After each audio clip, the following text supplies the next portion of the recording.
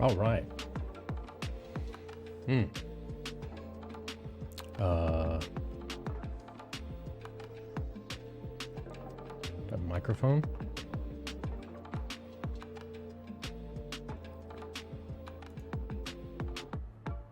Check, check. Yep. All right. What have we got? Good morning.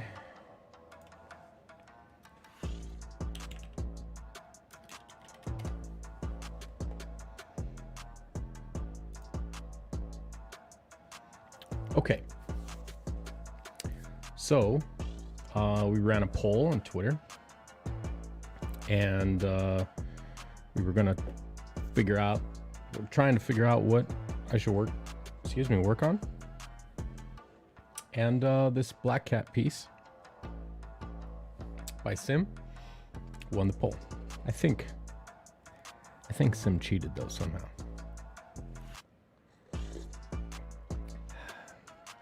I've got my Scotsman mug. It's very comic booky. Just a quick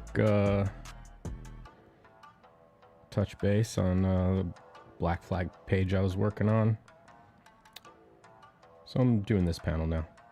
Just kind of playing around with some things. So, anyway. We got a lot of stuff in here to ink. All right, and I flipped the camera around for my tablet camera.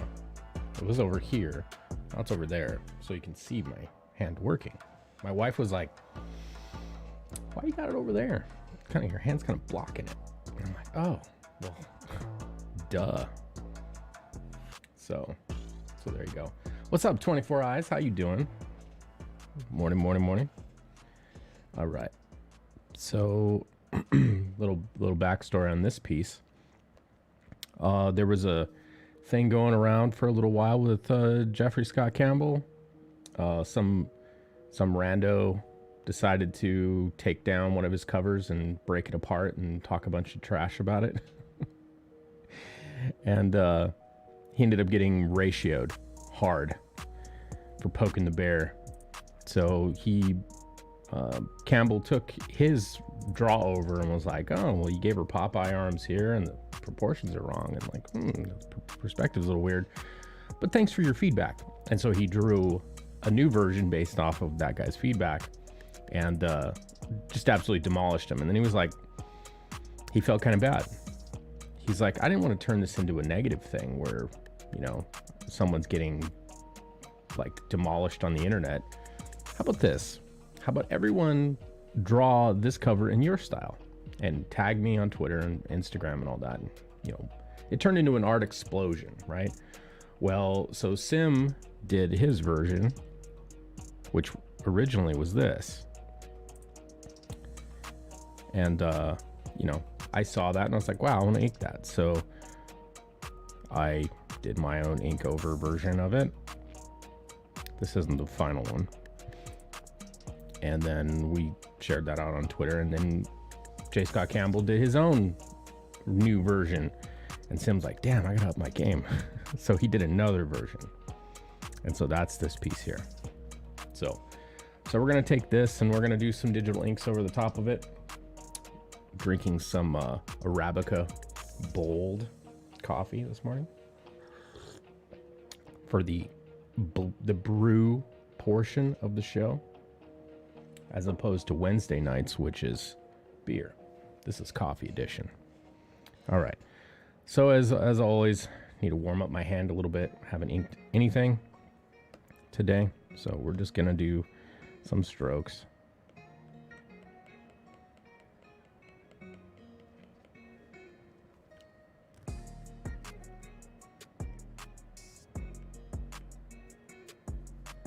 Do some thick to thin.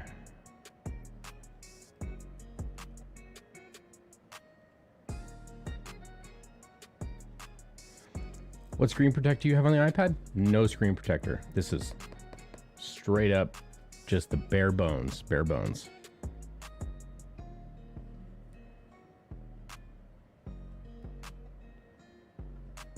Like I tried using a paper-like screen protector, and I didn't like it.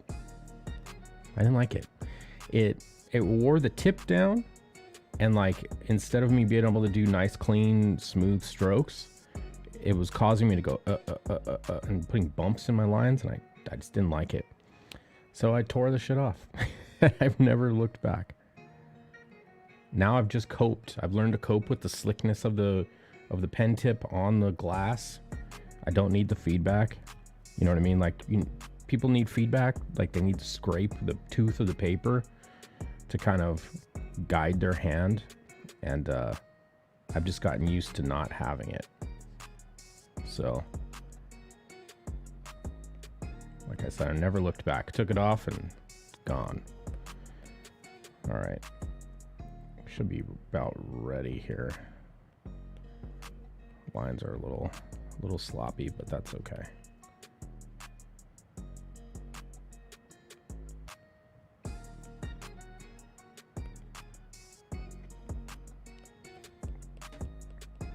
Okay. I think, bumped the camera. I'm not used to it in that spot. All right, so we're gonna delete this layer and get going here. All right, so first off, just looking at it, there's not a lot of background details. It's mostly figure. This texture is going to be interesting to explore on what to do with that. I believe that he means those to be like coins. I think that's what he's indicating there. And then obviously there's some jewels and stuff that he's meant to be there as well. So I don't know, maybe we'll just start with our holding line and work our way inward. So first off,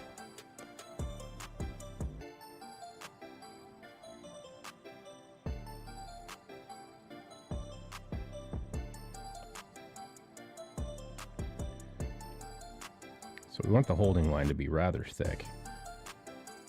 I'm gonna increase that pen size there a little bit.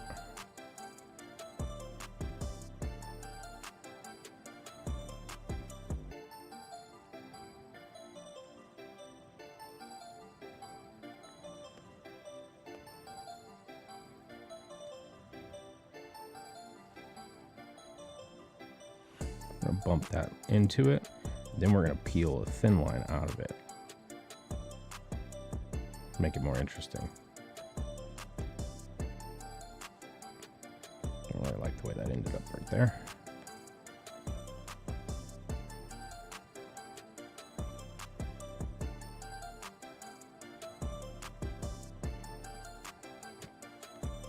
These hair details, long sweeping lines.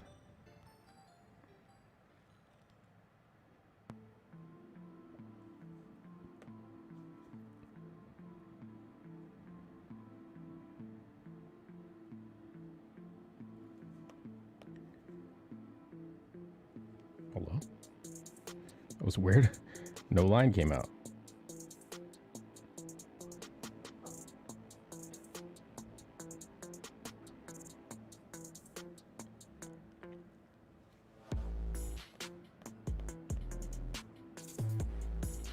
I want this line to be thicker here.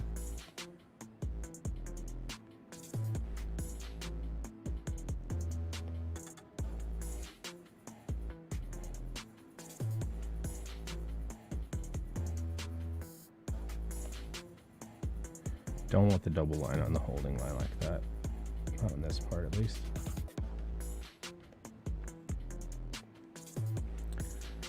Might be too thin still. Might need a little bit more beef.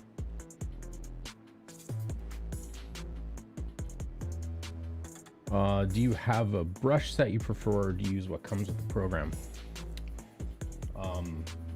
I've tuned a couple of the brushes, you know, to... Hey, what's up, Purse? How you doing? Just doing a little art stream here.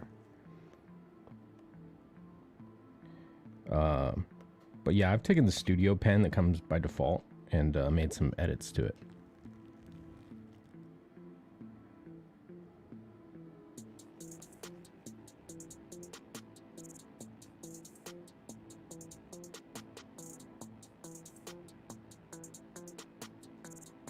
I want to double up that line. We'll have to see.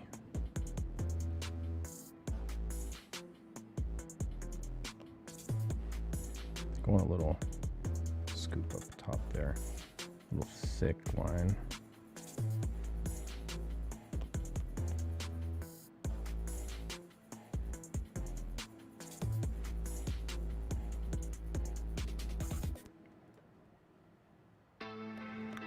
All right, these are going to be delicate lines. Good new?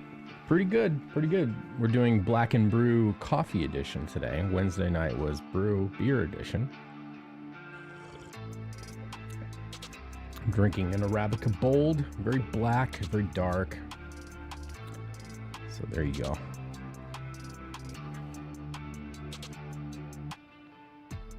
I think I want to double this line. Like that. Make this line a little thicker. And then we're going to make this line thick to thin. Double this one up because he's indicated that.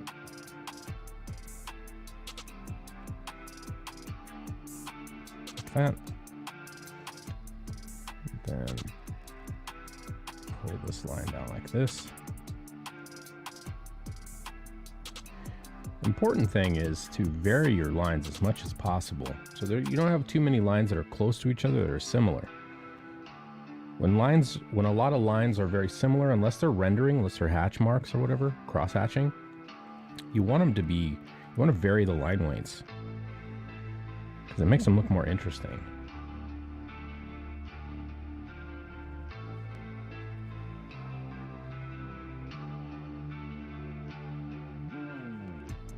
Thicken up this line here. There we go. It's kind of interesting. We're going to put some breaks here. The line breaker right there. Swoop that line like this.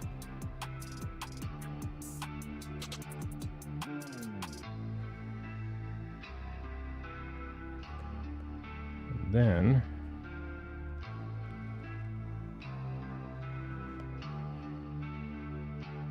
I'm trying to make smooth curves.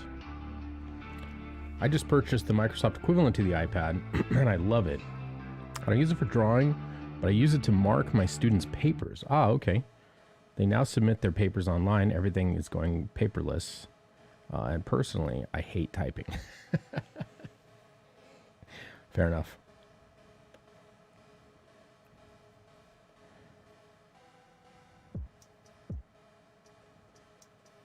So you got like a Surface Pro, probably something like that.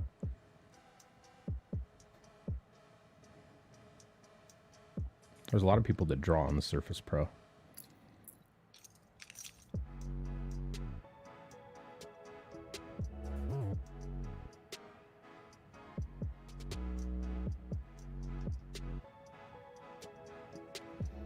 See, we got some similarity between these two lines. I'm not really excited about that. So what we'll do is we'll maybe thicken this line to where it terminates a little darker. Okay, it's not too bad. I still think this other line needs to be thinner.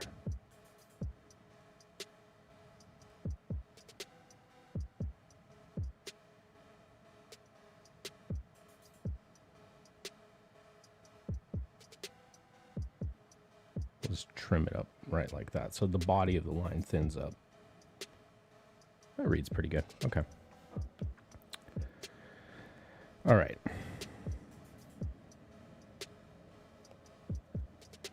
We'll break that line. We'll thicken that up like that. I think we'll just double this line.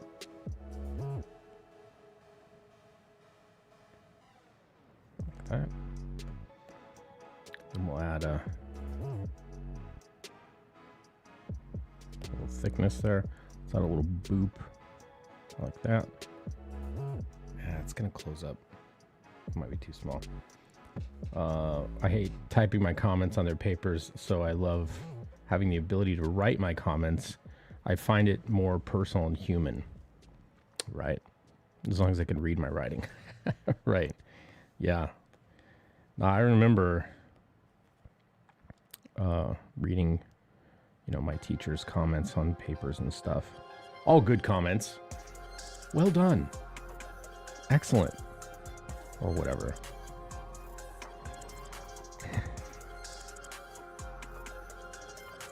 Never bad. Never bad. Well, sometimes.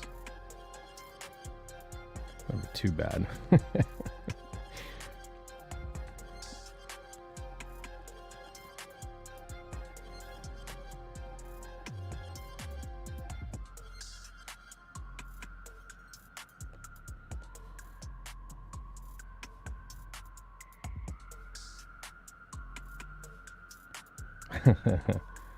So what's on the agenda for tonight? Is it a fresh run or is it continuation? I don't remember.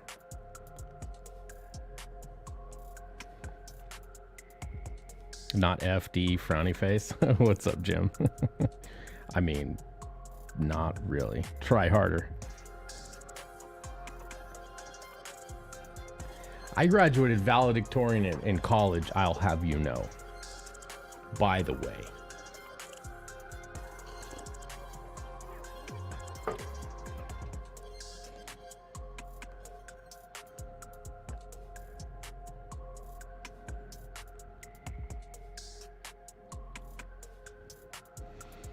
I got a lot of comments like, if you put as much ink in the answers as the drawings on the margins, you might have completed the assignment.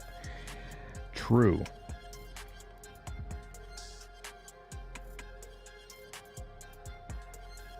This is all true stuff.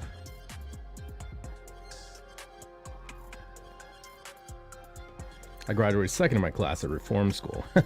Nice. Okay. My monk is saved. I'll have to bring my shaman. My shaman now has a 3-set unholy shards, so his DPS should increase. Got a couple pieces of loot. So, and I'm working on trying to get a better legendary. It's just the soul cinders. I need thousands of them. So I'm hoping to improve my DPS for this run. I'm having to teach myself enhancement shaman because, I've been a monk forever.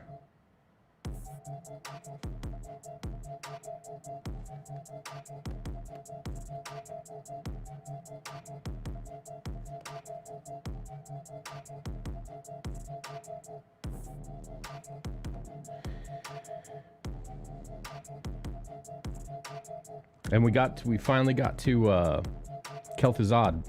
So we got some time on Kel'Thuzad. And got him to his final phase.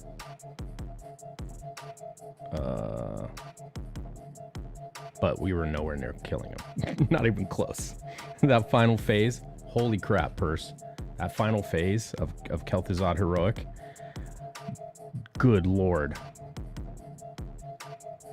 Like, a lot of fights get really hectic in the final phase. That's the most hectic fight I think I've ever seen in the final phase.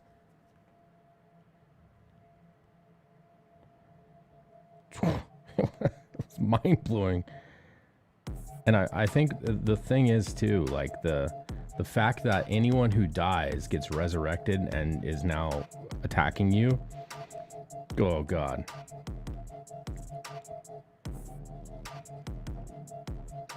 Because he blows all their cooldowns.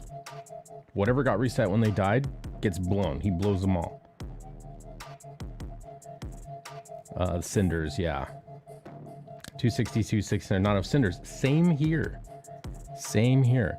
Yeah, and the fact that they're infinitely farmable in the next patch is going to be ridiculously cool. I imagine I'm going to be doing Torghast quite a lot.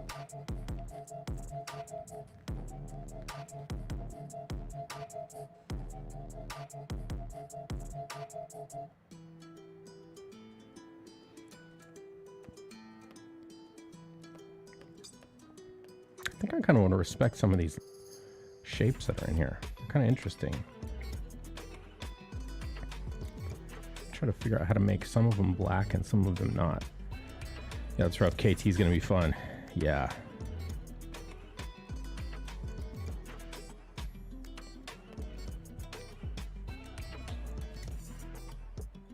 Yeah, the Fate Scribe Heroic is kind of wild at first, but you know, because you don't get to pick who gets selected anymore.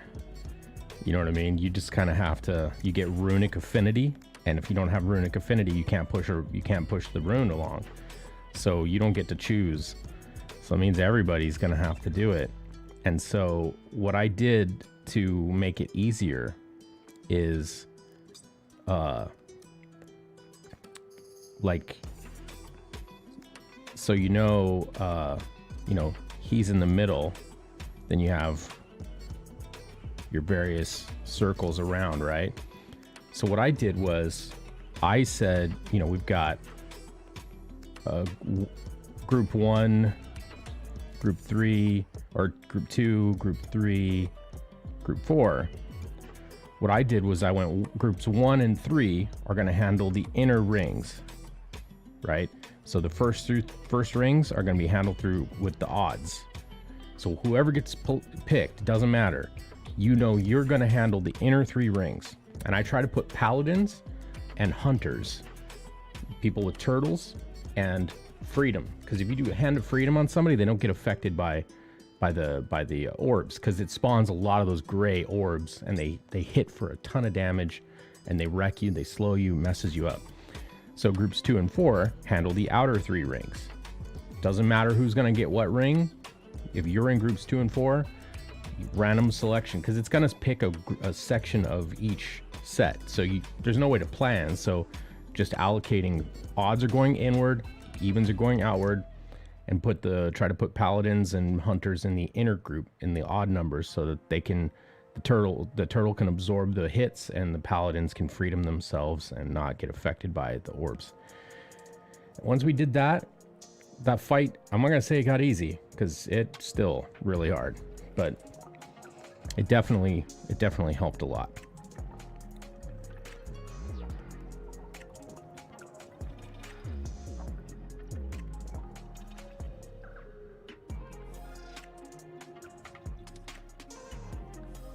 All right, we're going to carve out her mask here.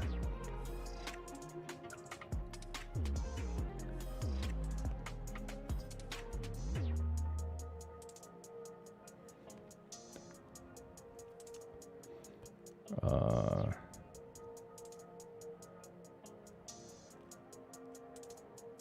we go.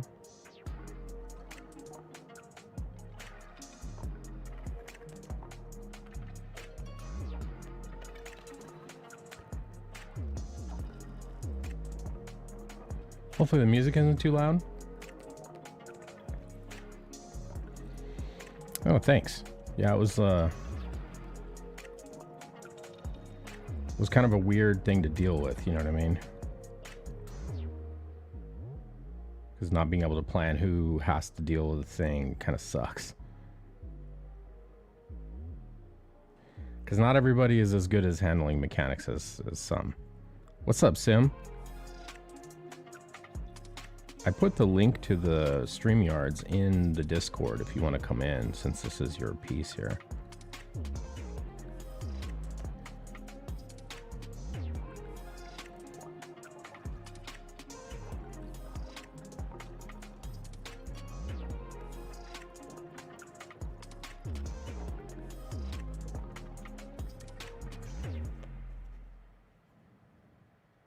We're bringing sexy back.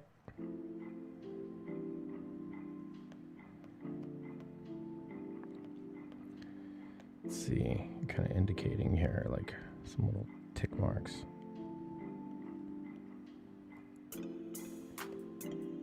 That's too many. I don't know. The kind of in the girl's face.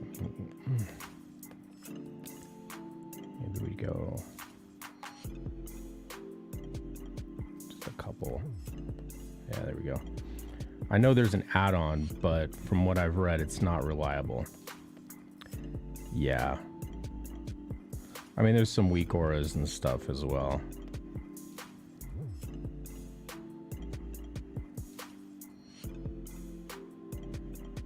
But like, you know, one tank gets runic affinity, one tank does not. So one tank has to pick up the aggro on both the ads and not die to them. And if people don't interrupt them, then poof. Pen and paper all day. I get lost in PC game on PC games. My brain misfires too much. Yeah, I mean, we've been playing WoW so long that like you've seen all these mechanics before, and so you just figure out how to deal with them. And you're like, oh, it's like that fight, or it's like this fight. Oh, okay. You know, there's very, very little that's new as far as mechanical stuff to deal with. But, you know, they always add new variables, like something damages you while you're trying to execute something, or, you know, strange positional requirements.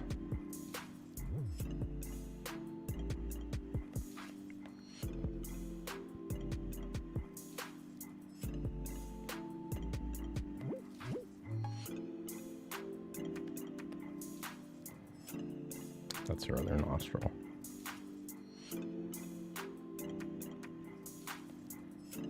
Okay, I'm gonna sweep this down like that. Me too, I'm old school pen and paper.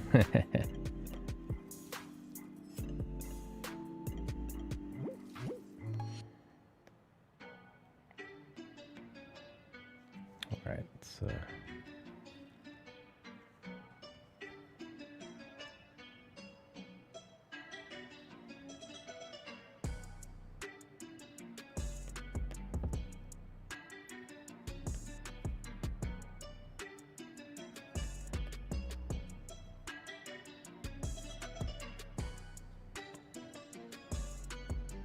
do I want that line there?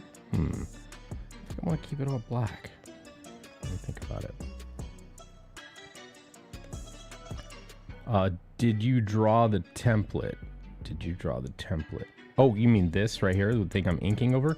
No, up in the chat above you, Simon Pothier, the guy with the black sim avatar, he's the one who drew it. I'm just inking over it, thickening up the lines and making it printable.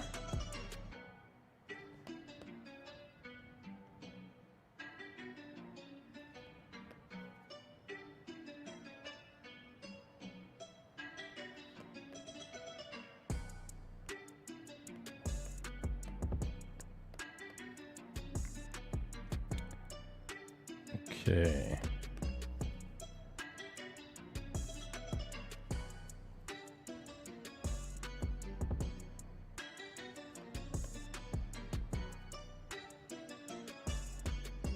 So we're deciding what gets blacked in.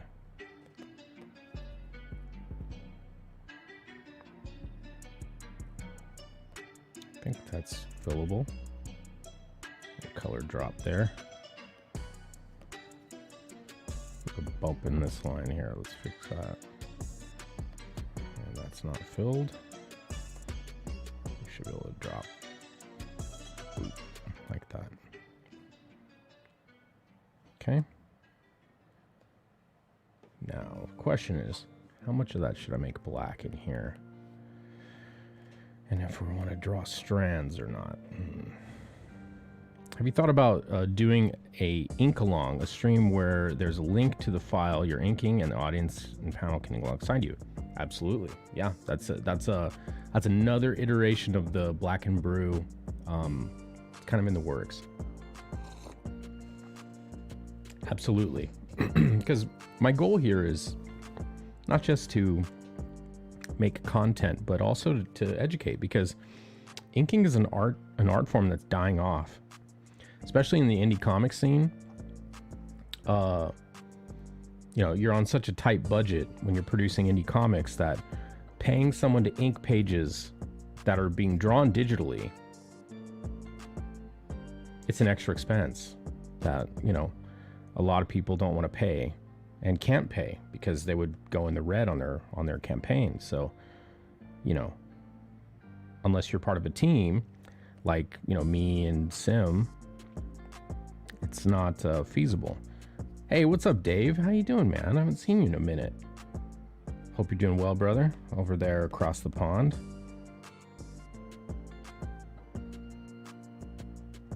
And as you can see, like, I'm not following Sim's lines exactly. I'm breaking them. I'm doubling them up. I'm adding volume. I'm adding thinness, thickness. You know, I'm choosing ways to make the lines look interesting by not having them all the same weights. You know, if we look at just the pencil lines underneath, he's indicated where the lines need to be. I'm making decisions on which lines should be emphasized, which ones should be thick, which ones should be thin. And so that takes a lot of years of development in your brain to you know, work up that skill. So, you know, it's a thing that isn't really taught too much anymore. But to me, black lines are amazing. I love the way ink looks. You know, my entire shoulder is covered with ink. You know what I mean? I like ink. Well, on this one too. Same thing. It's yin and yang.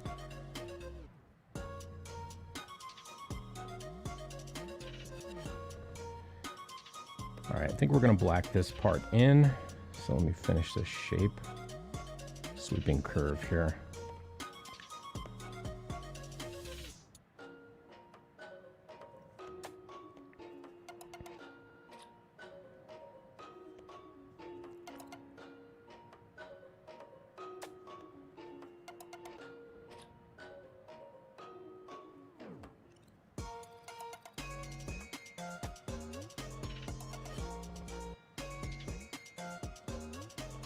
All right, I should be able to black that whole thing in. It should fill just right.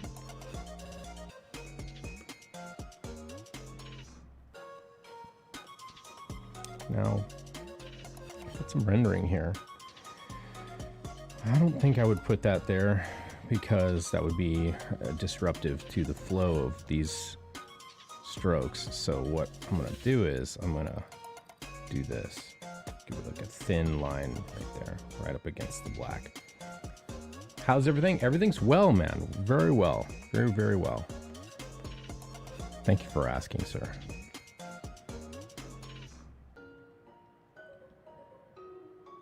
Okay. So we've got a point we've done right here. We're going to fill this with black. Now we're going to work off of this shape here. So make a thin line coming off underneath. And it looks like we could continue the black.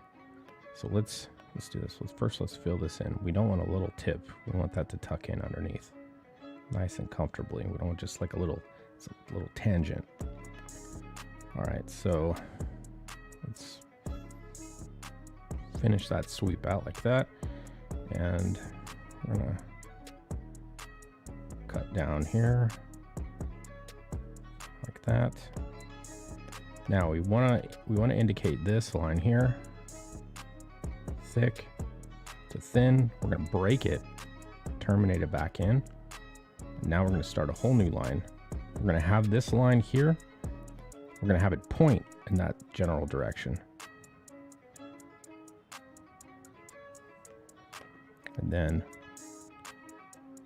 terminate here and thicken up like that. Let's close this off so we can do a color drop and fill that in.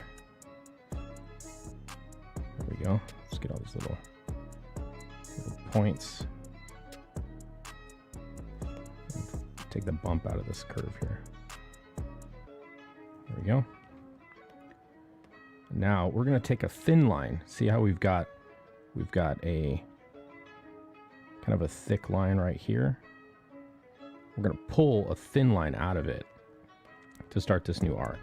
Because again, we want to vary up our lines to make them look interesting. So we're going to pull right off the curve here, thin line, thicken it up,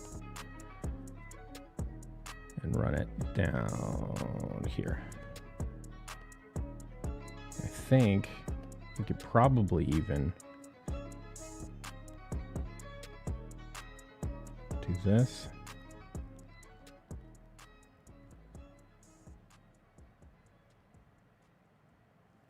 Now this line is too static, too stale. Needs some thickness, some thick and thin. So the thing to decide is, should we, yeah, it probably should be all black, actually. Well, let's just, sometimes you end up trying to get too cute and like it ends up not making sense. Okay, is that hair or is that skin? Okay, so this is skin in between here. So also there's a little bit of the brow. So let's do this. We're gonna make a thin line. We're gonna cut it in like that. Another thick line. I think I'm gonna sweep this back out because now we're getting into, looks like there's a little bit of hair, but this is also a cheekbone.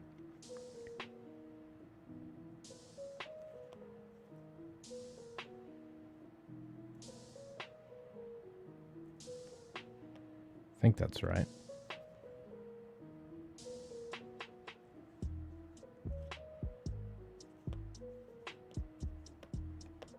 That needs to be filled in. I don't know if I like that being black like that.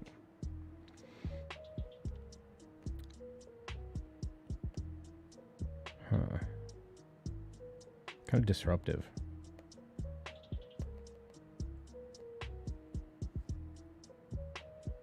I think we're going to do it with lines instead. Instead of fills, we're going to do it with lines. All right, so here's what we'll do. We will run a thick line here, like that, and make it get thicker down near the bottom.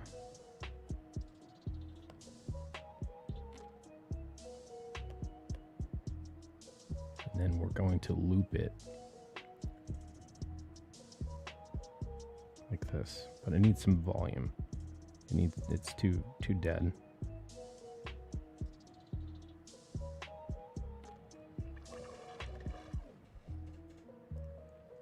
It's kind of weird.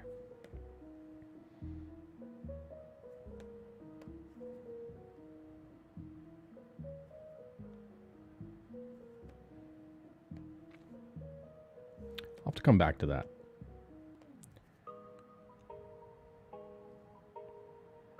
We'll fix it in post, as they say. All right. So I think this still is a black shape.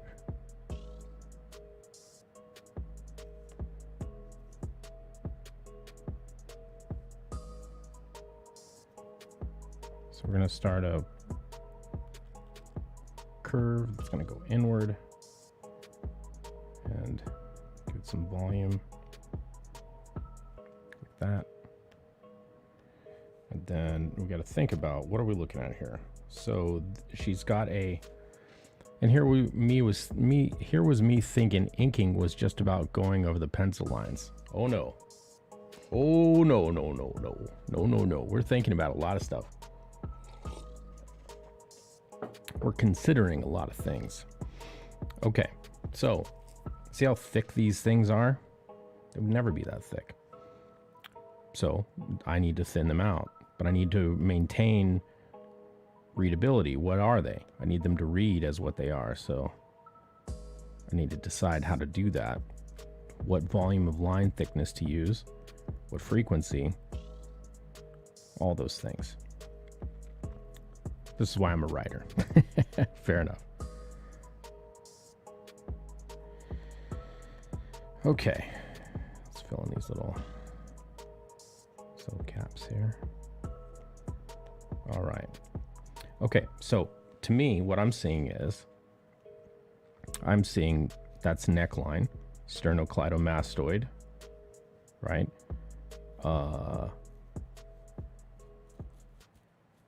Let's see. We've got... Those are necklaces. Now, the thing, if you spam, I'm going to time you out. I know what time it is. Go ahead and say it once.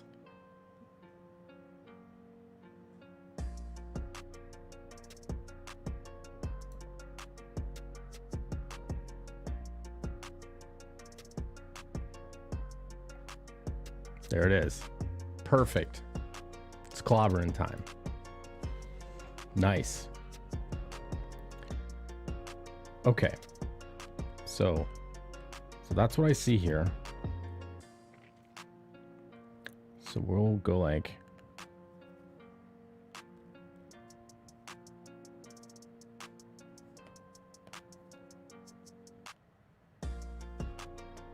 We'll fill this in with black.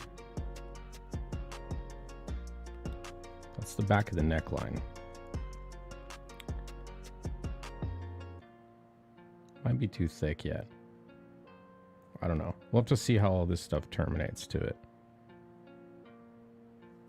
But looking here, this could be a black shape.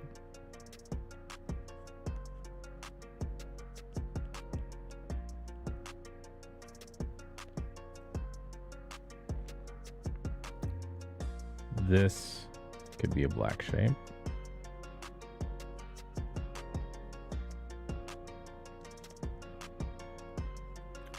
Kind of want to gap this.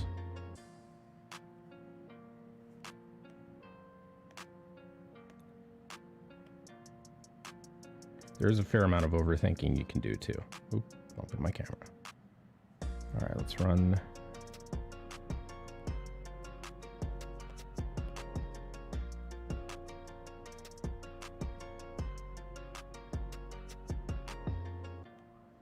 Okay. Run a thick line off like that.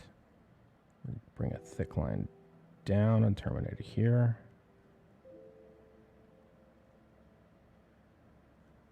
Oops, it's a mess. We need some thinness now. We can curve these lines together. And we'll do this and swoop this around. Swoop that in like that. We'll leave that gap there. And then we'll do this. We'll fill that with black. So we want a fair amount of negative space to show. So this will be filled with black also.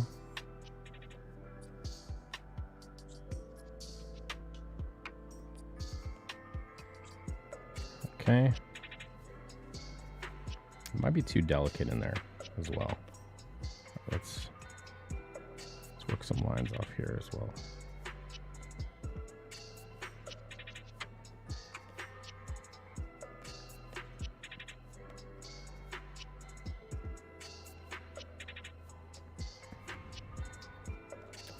I think what I'm going to do is I'm going to cut that line like that, fill this with black.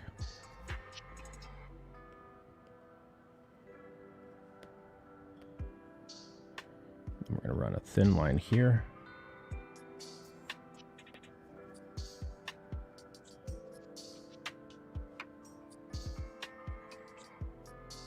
Fill this with black.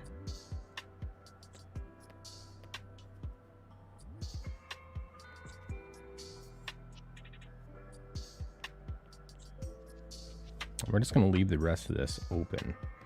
Now what we need to do is, all right, I need to figure out. This is neck. All right, so this right here is pearls. And their underside will be thicker.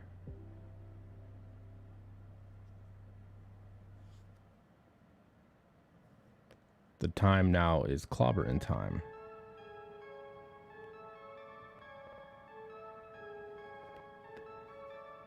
I mean, somewhere it's clobbering 30, I'm sure.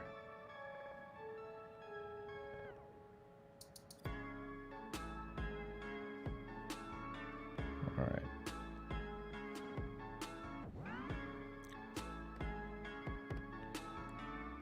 Okay.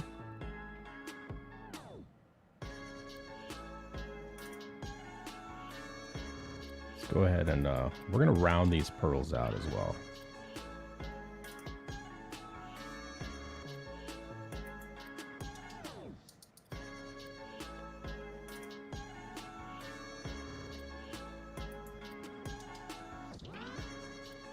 Need to be relatively the same scale as well.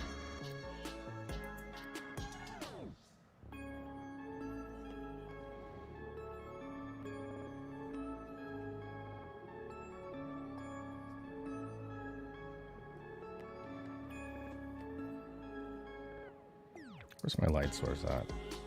So we got rendering here. Let's see. There's no cast shadow here. There's no real definitive light source. I mean, we got a window here. We got to shine on the side of that thing. We've got a shadow here. So it looks like the light's coming from like indirectly, like this way. Because the height of these shapes are brightened. You got a shadow there, like a thick dark shadow that would be cast from the thigh. So okay. Let's see. Does the rest of that track?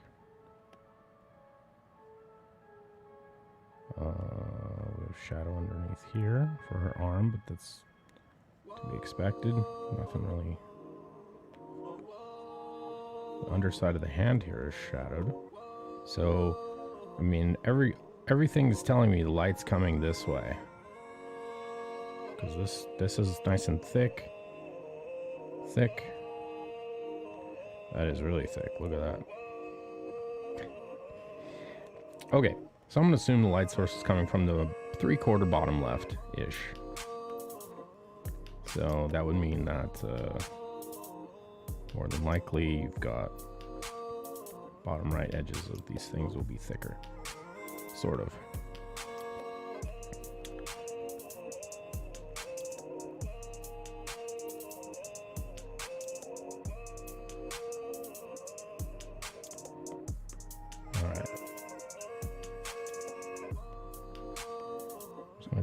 This off, fill it with black.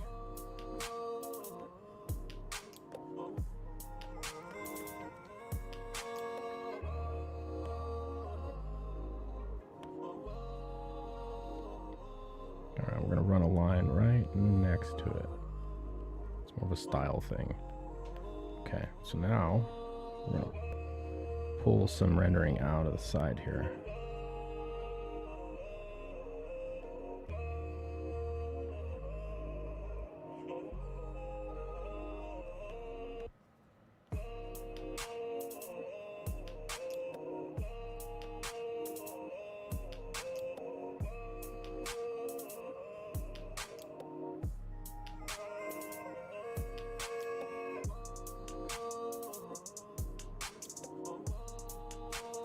Time for lunch. Keep up the great work. Hope to see you tonight. You will. You will. Oh, wait, you might not. Today I'm going to my sister's house for her birthday. I don't know if I'm going to be home in time. I just remembered. So if not, good luck. Hopefully you guys crush some progression bosses if I'm not able to be there, or if I'm there. Either way. Thank you for hanging out, Purse. I hope you have a great rest of your day. Enjoy your lunch.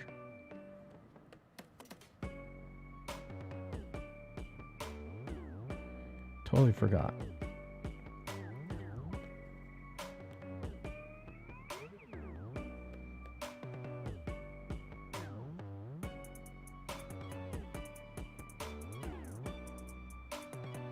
Do a little dot there. Too close. Make it a little further.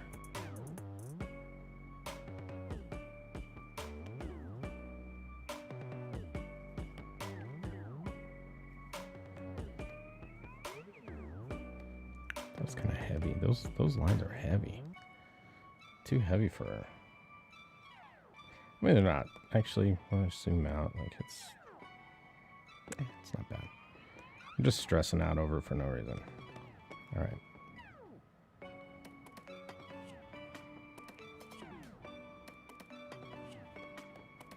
All right. See ya.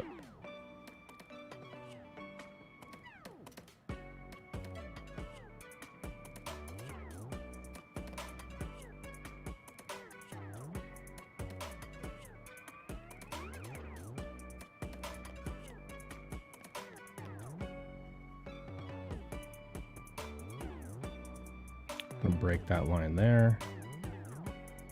Thicken that line up like that.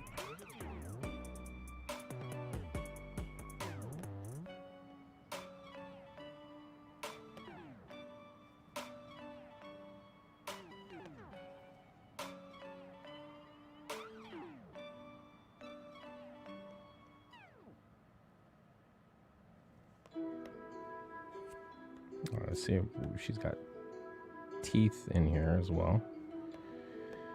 I think this can safely be blacked in.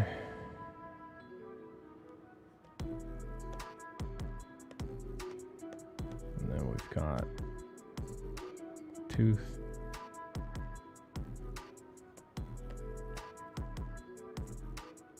Tooth.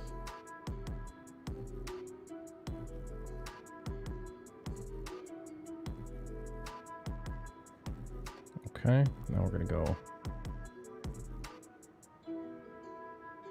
Let's see, should we double this lineup?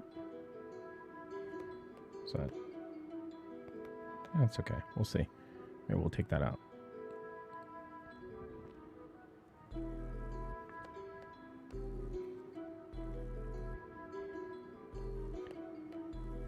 We need to thicken this up as well. And then.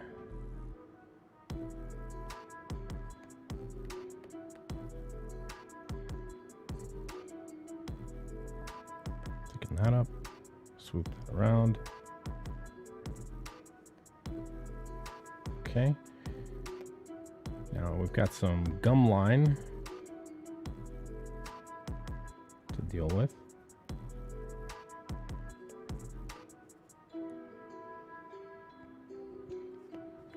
And this is usually more indicated than hard rendered, so I'm just gonna put some indication there.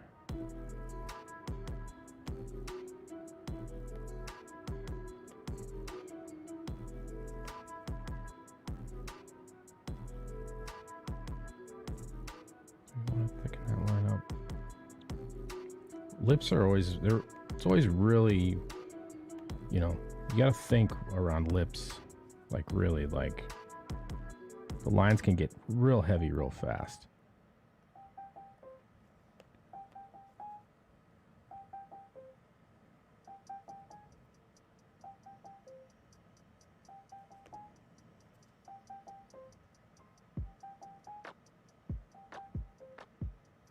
I'm going to leave that gapped, leave it open. Let's see, we've got pearl right there.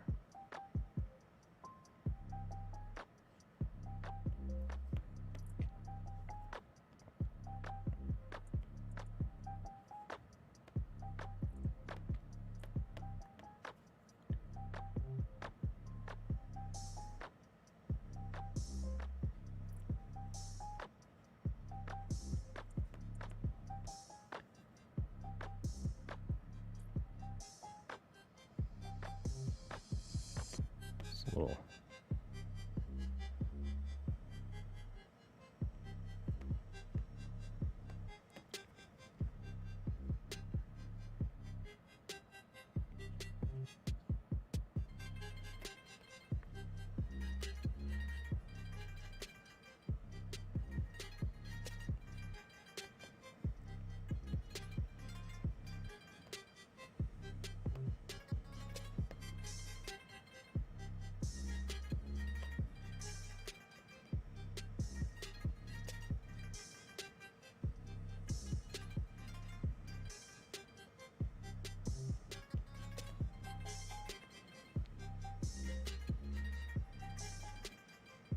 Okay.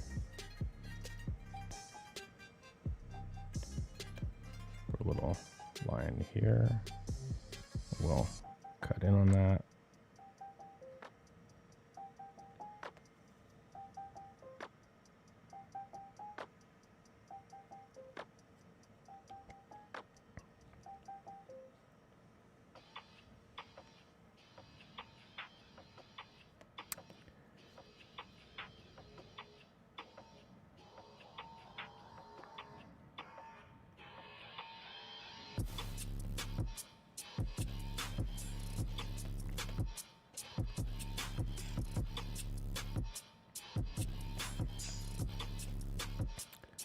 All right, swoop the other side of the face here.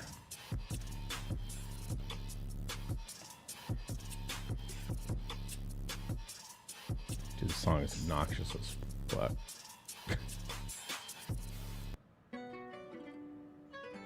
This is royalty-free music, dude. What are you gonna do? What are you gonna do?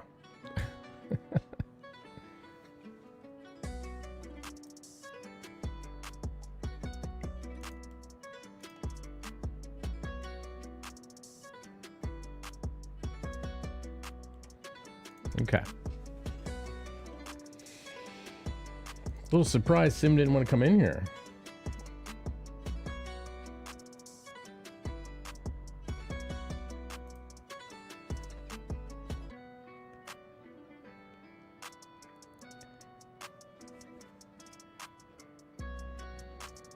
All right.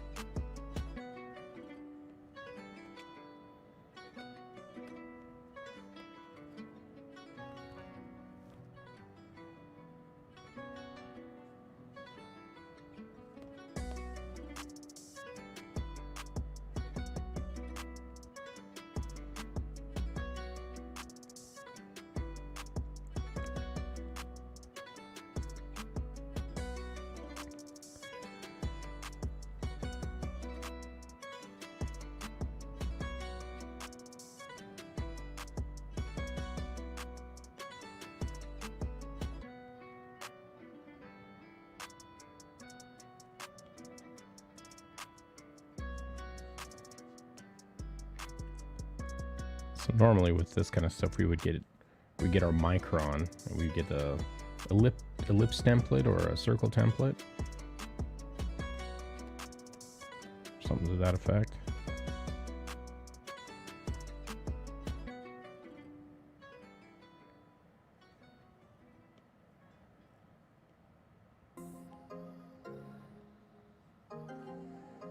That guy's kind of messed up.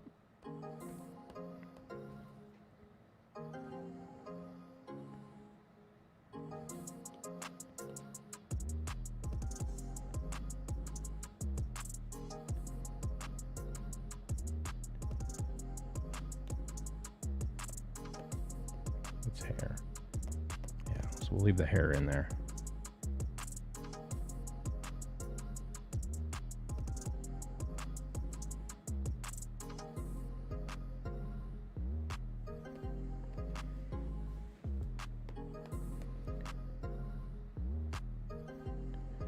We're just indicating like the connections between the pearls here.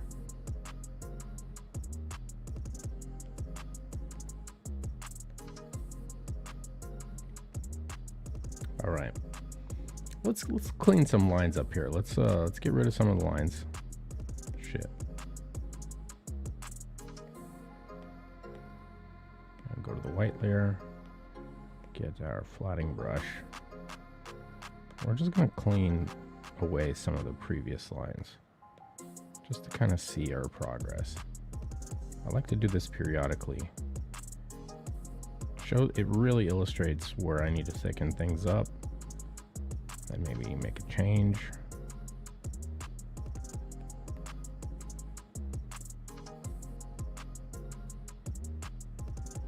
just gets rid of some of the sketchiness.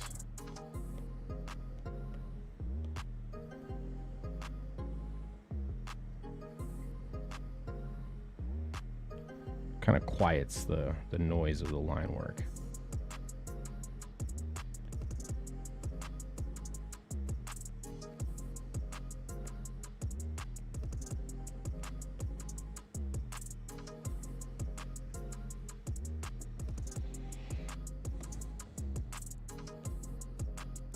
It do what it does, and it does what it do.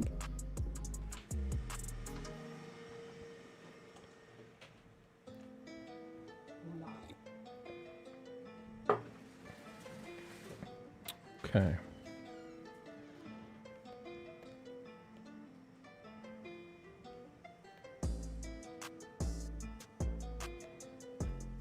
Happy with that? I'm happy with those lines. Let's go back to black. Back in black.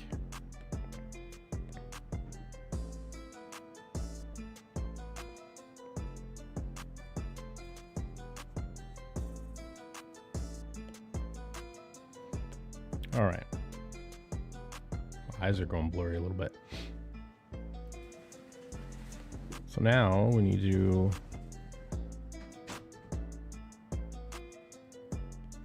consider the eye sockets and eyelids and all that other stuff. So we've got an eyelid. I don't think I want that line there. Like that.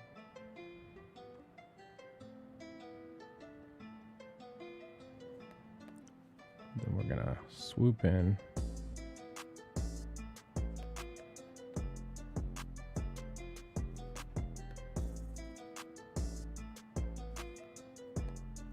And then it looks like we got our tear duct.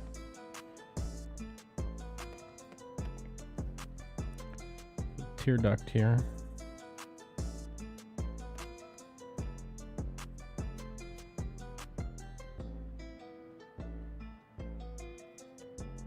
Too similar. Make a little thicker. There we go.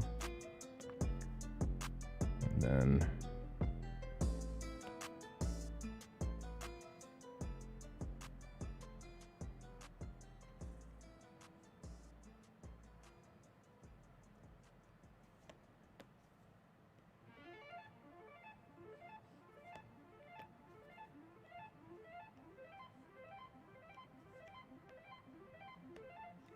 I think we can fill that now.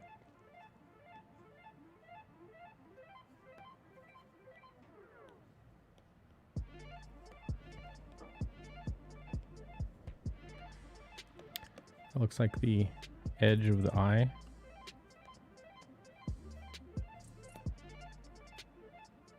And then we've got some render lines we need to put in. Let's put that on another layer just so we can erase any under. You make long lines that sweep.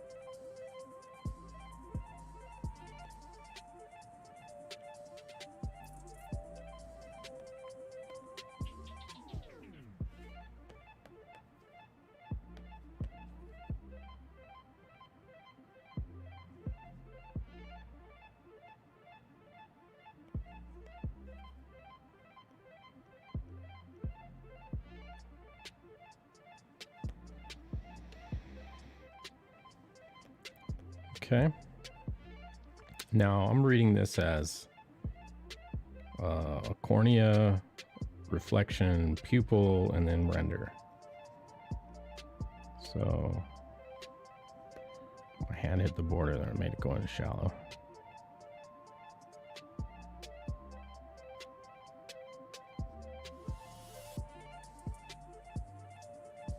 Like that. Now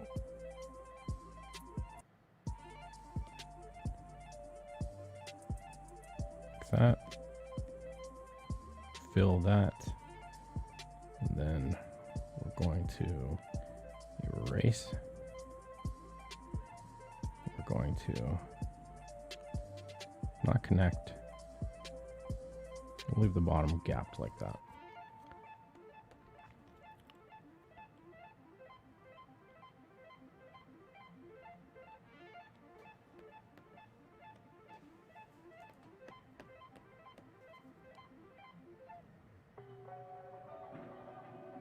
We'll push it all the way to the pupil on some of these.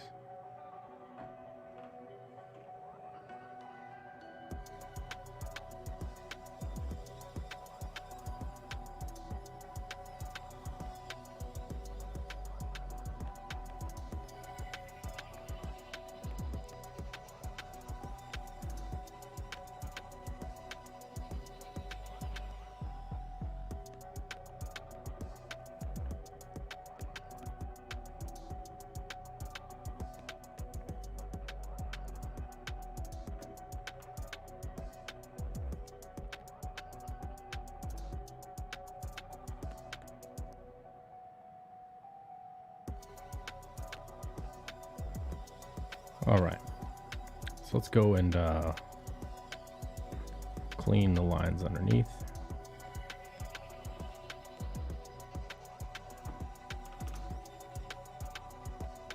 See what we need to thicken up here.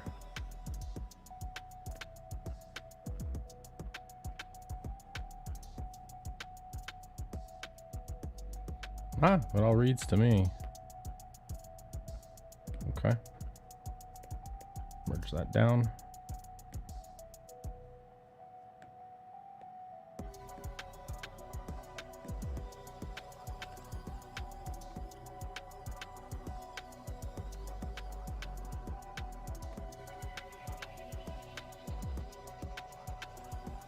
Okay.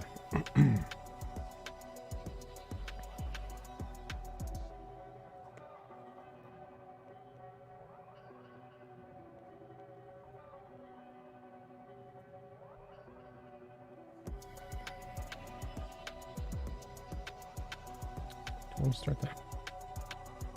We're going to start that here.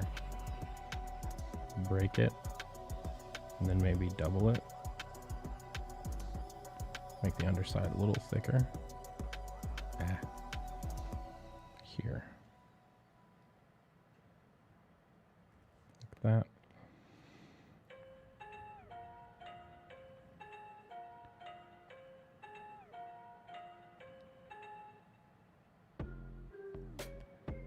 All right. I think we're gonna go boom like this. A couple.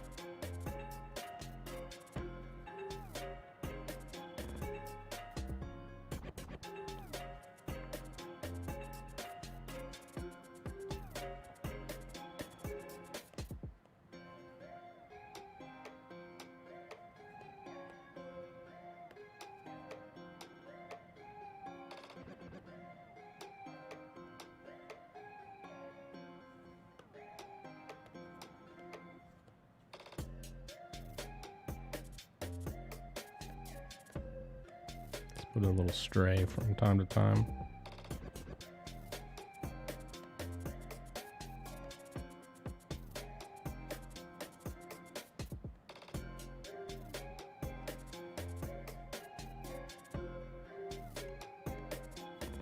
Let's see, got our tear duct here.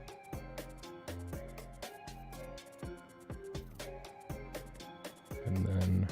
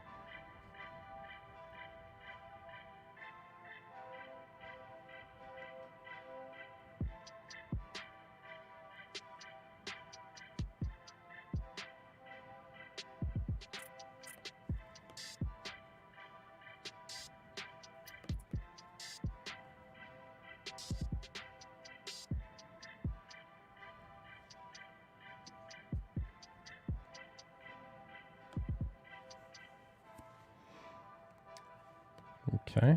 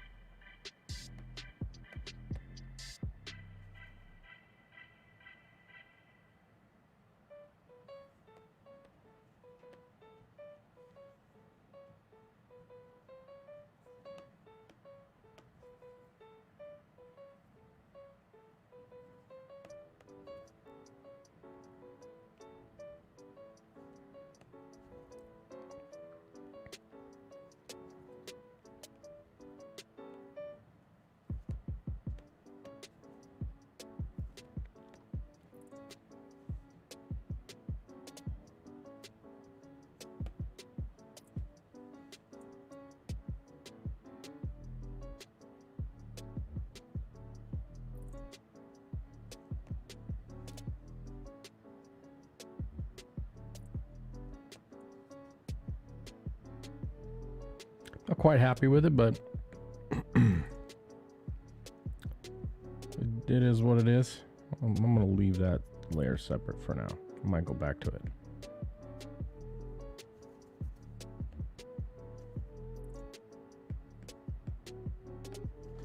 All right, let's get this other strand here.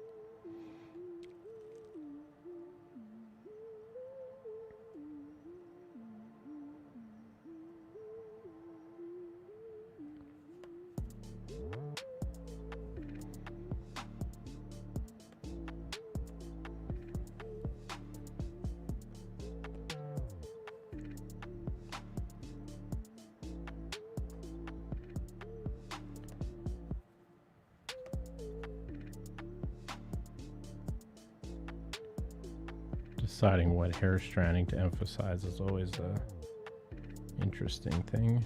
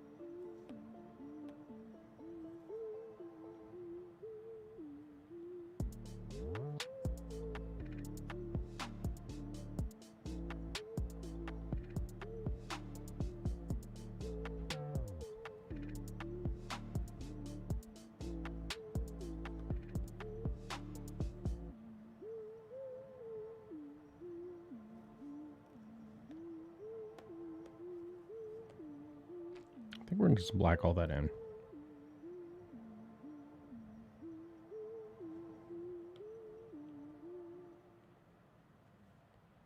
What's the scale? That's about right.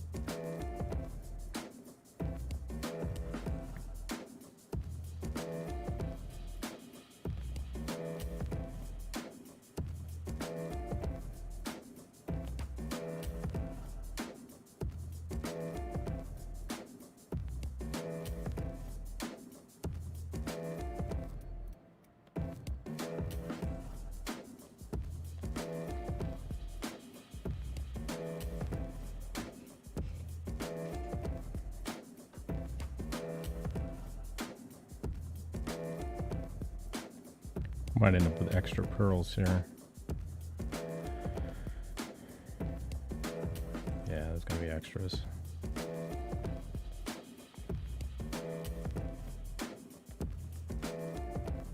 Draw the booba line.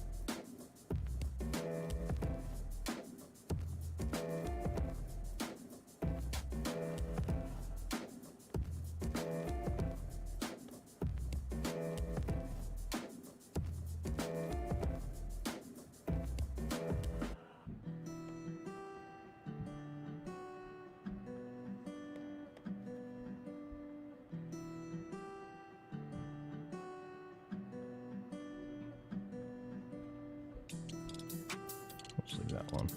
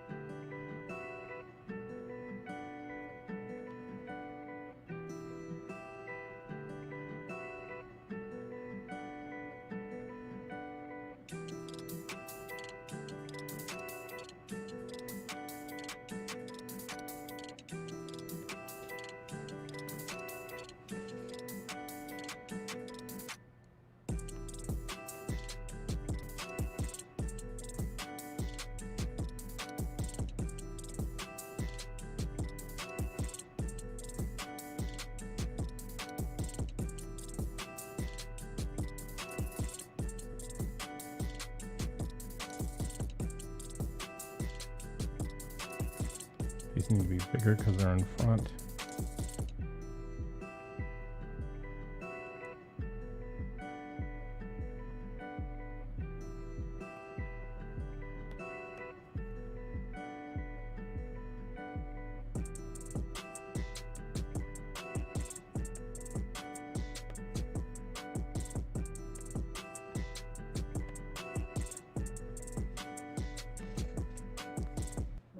All right. Once we start building out some of those shapes, this area will be much cleaner because we'll be able to see what we're looking at, because right now there's a lot of confusion. think we're going to end up blacking in a lot of that. I don't want to strand too much of it. So let's run a strand like that. We're going to run another strand like this.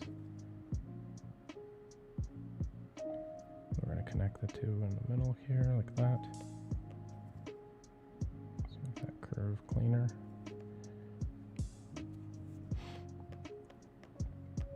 Finish out this.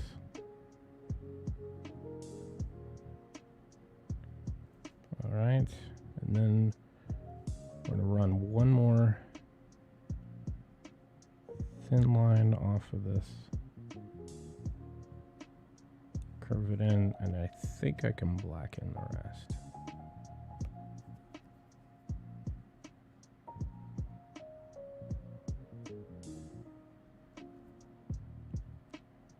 Let's just do that. Just a little negative space in there. See what happens here.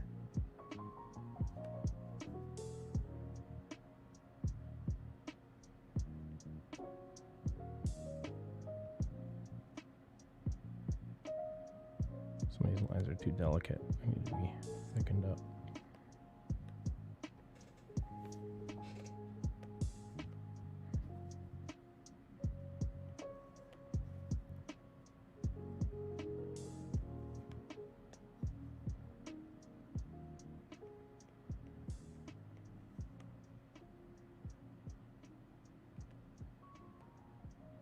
It works. All right, so now we need to cut a thick line right here. We're going to thicken that up even more. A thin line here, thick line there. It's going to be thicker than the body it's coming off of, so it's interesting. Pull a line like that. Take a thin line right here.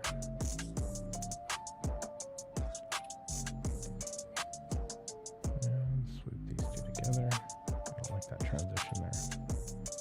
It's kind of merging.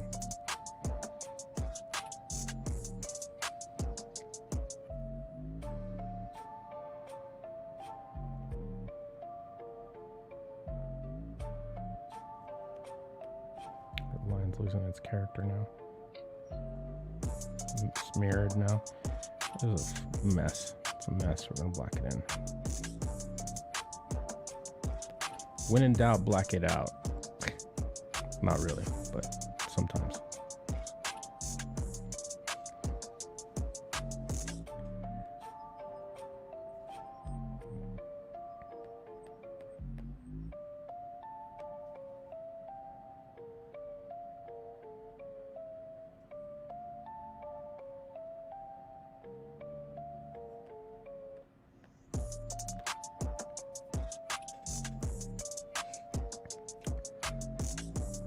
Okay.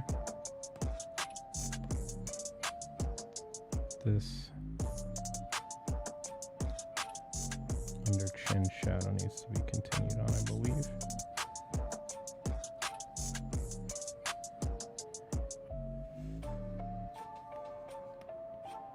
Let's thicken the bridge of the nose up just a tad.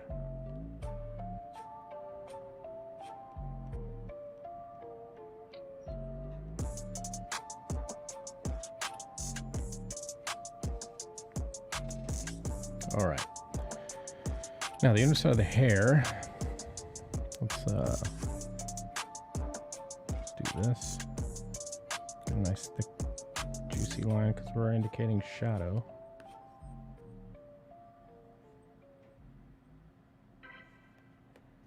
And we'll do a color drop. Fill that in.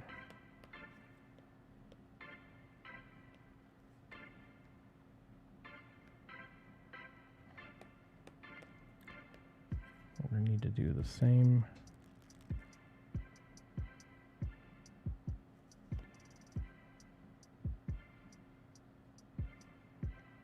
Nice thick indication line that's got some volume to it.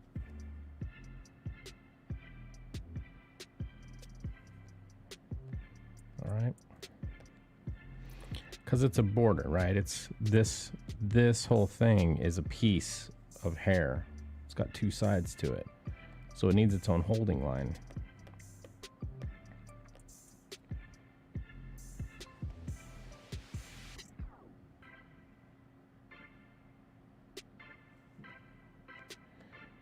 Because there's a shoulder and a boob poking through the other side of it.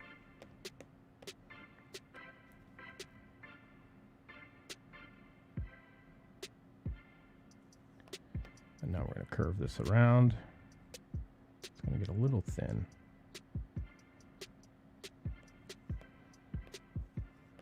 Do I want to break that line? It's a holding line, so not really.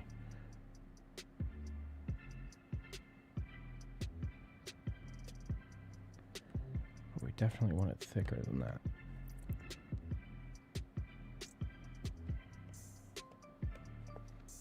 I'll swoop this around.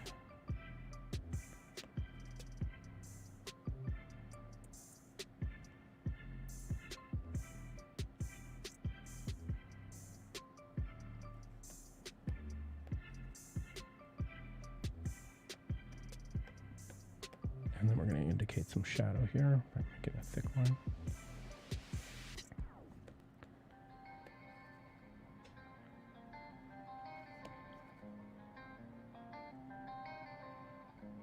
We'll break that corner just to indicate like a light peak.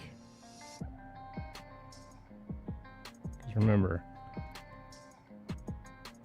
the thickness of the line, the character of the line indicates proximity and light.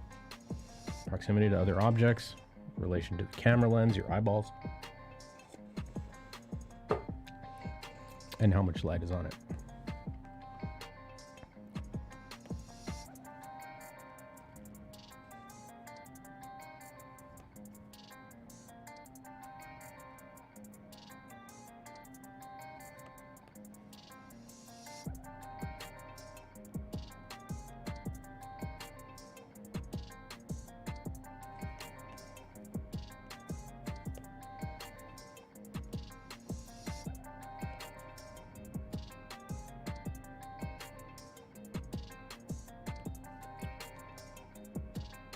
You see how this might be a little too thick here, but might thin it out later.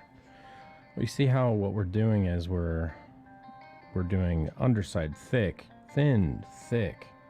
You know what I mean? We're trying to convey volume and shadow, but also give it some style, make it look interesting.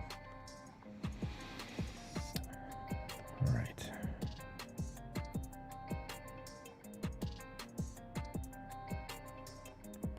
Line's going to break right here.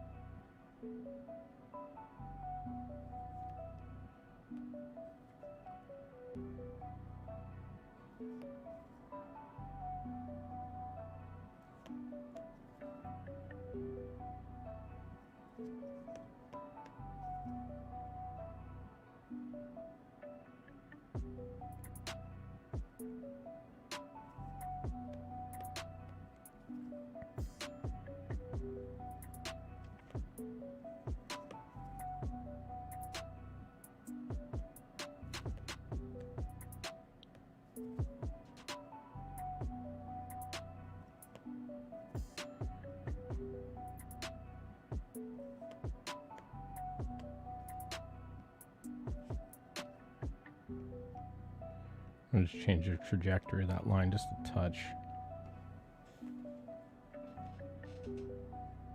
All right. Now we need to connect this last bit. You know what I think I'm going to do? I'm going to double up this line, but make the bottom side thick. Thick. It's going to be thicker than the top one.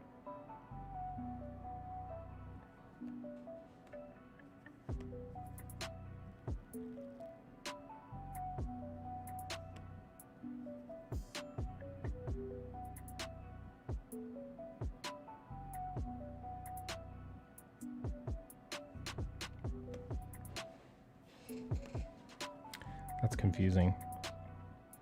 It's not good.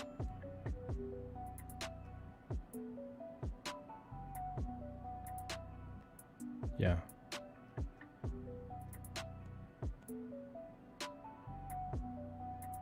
Yeah, I don't like that at all. All right, so what I'm going to do is I'm going to go like this. I'm going to connect these lines together.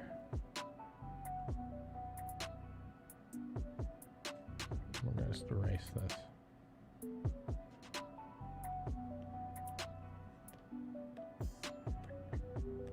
I need a little bit more volume here.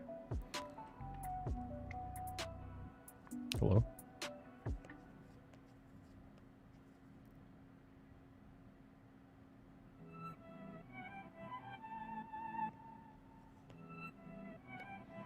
So this double line needs to go away because it's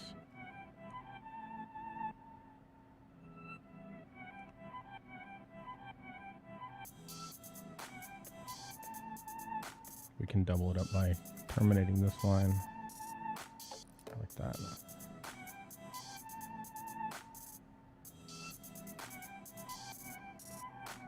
Okay. Still looks interesting.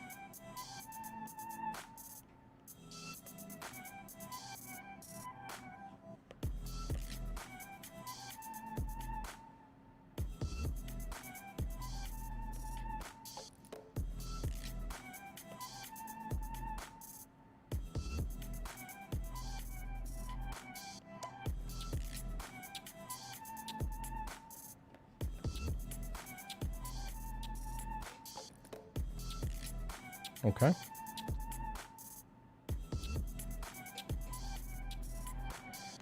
All right. So this back line needs to be thick, but not as thick as the front line.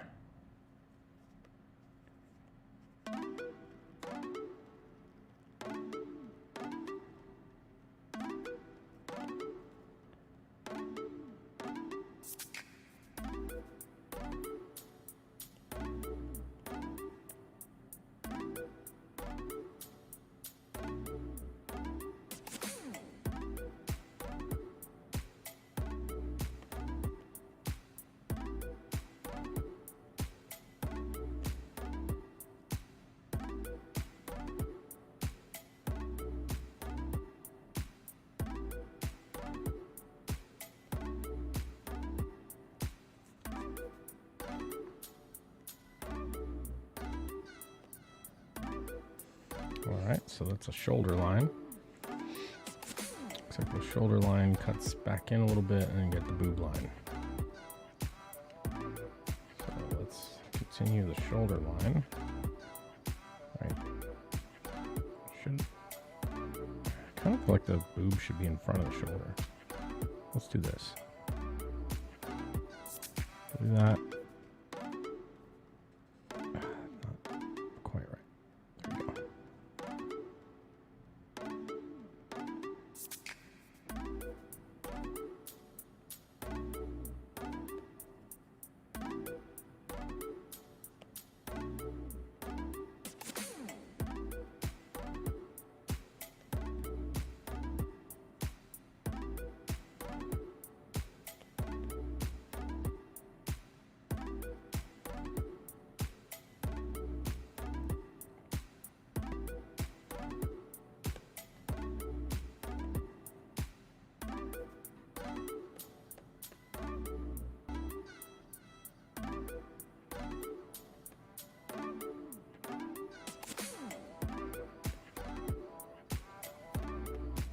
sweeps in too tight, so I need to correct the trajectory of the line a little bit.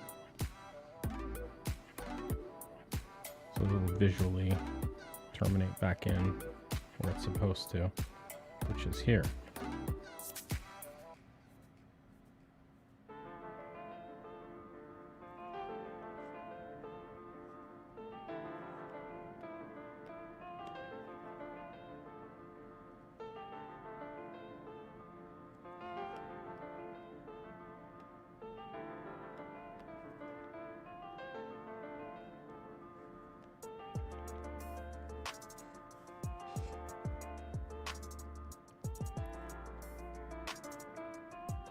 I think that's right.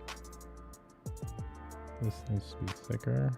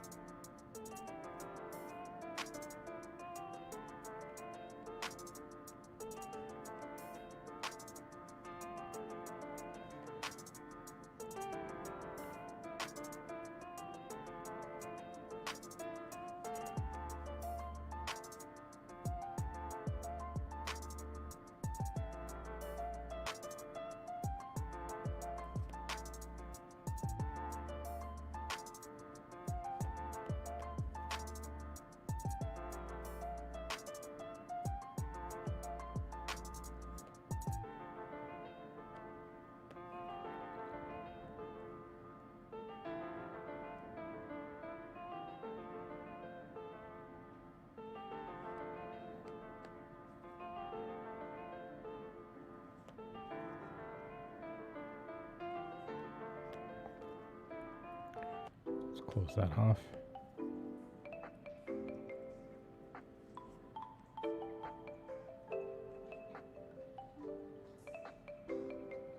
Okay. I think that line needs to be thicker.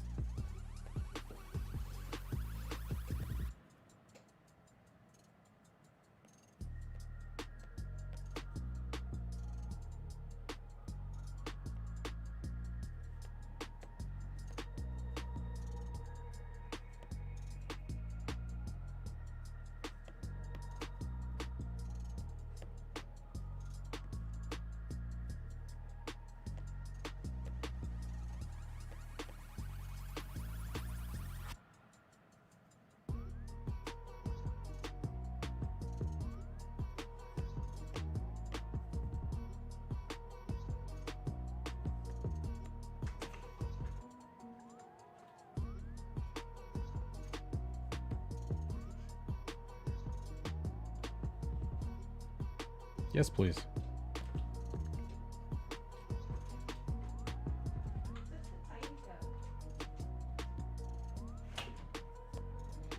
My wife just came in to see if I needed more coffee.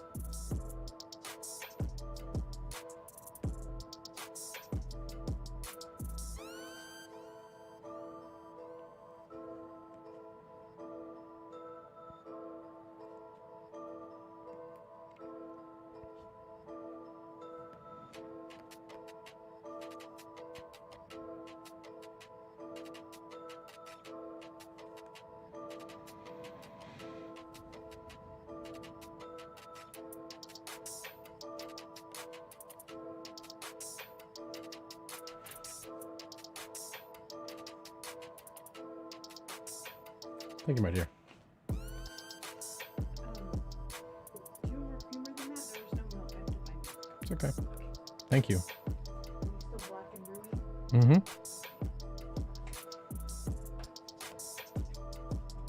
other questions? Okay.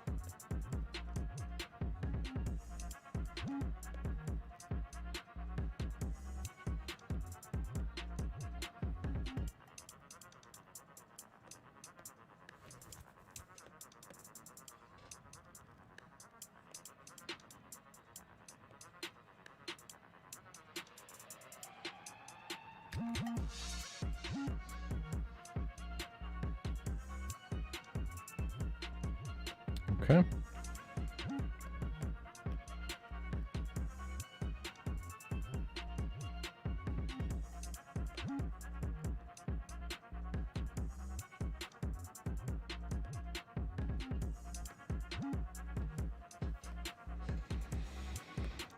We're just hopping around bit to bit.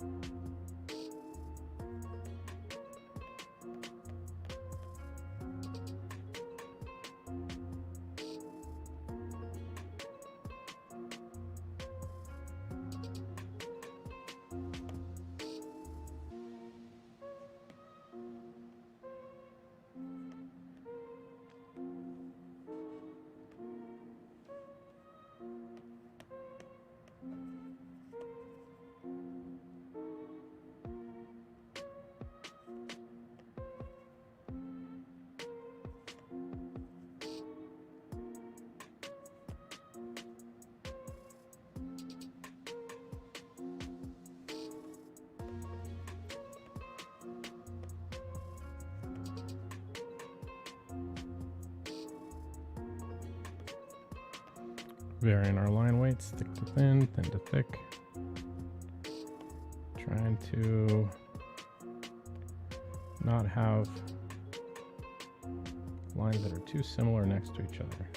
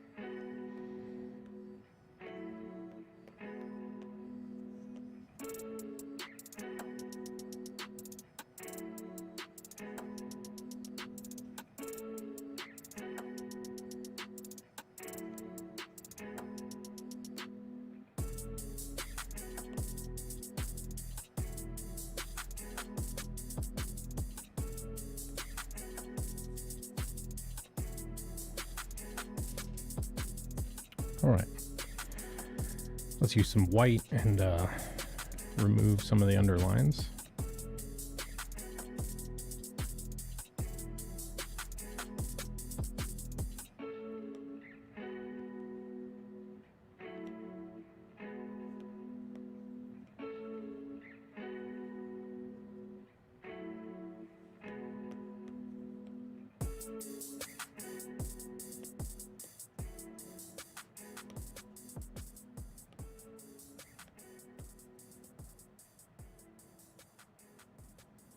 Kind of give us a sense of where we're at.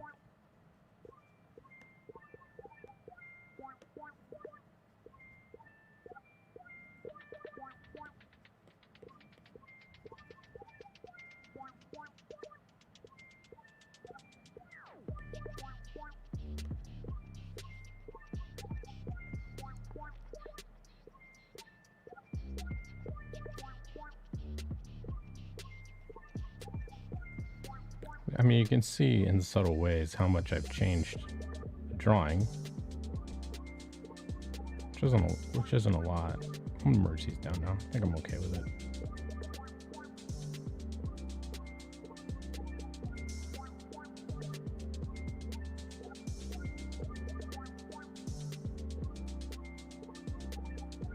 So it's really more along the lines of selecting which lines need to stay and which ones need to go.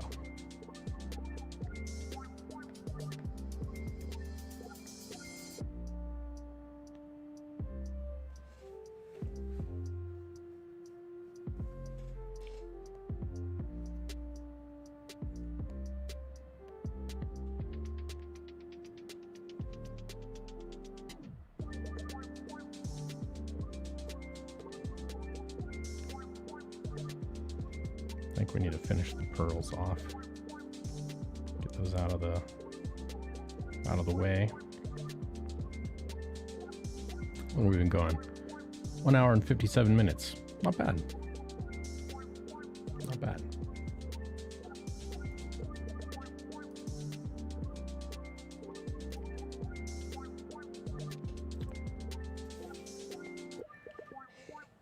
Thank you for smashing the like button, and for those who hit the dislike button, thank you for engaging with my content.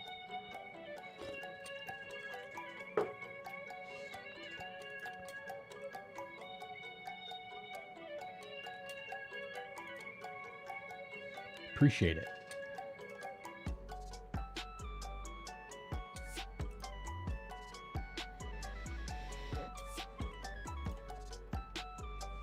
All right.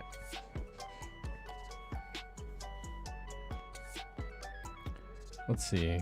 We'll just use straight pullouts for the boob line here.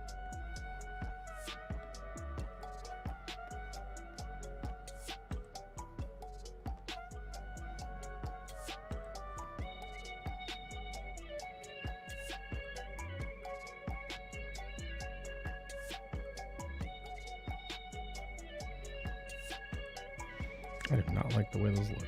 They look lazy, uninspired, boring. Yeah.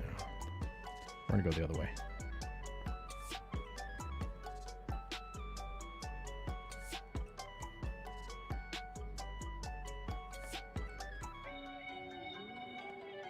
It's crooked as shit.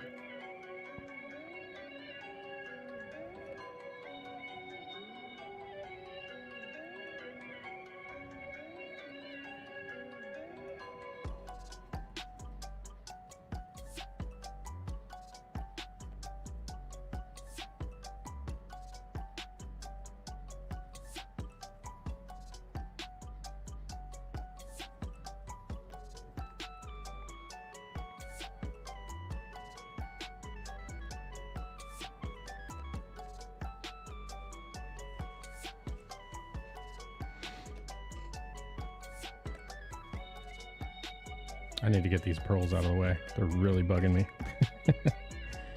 Really bugging me that they're still there.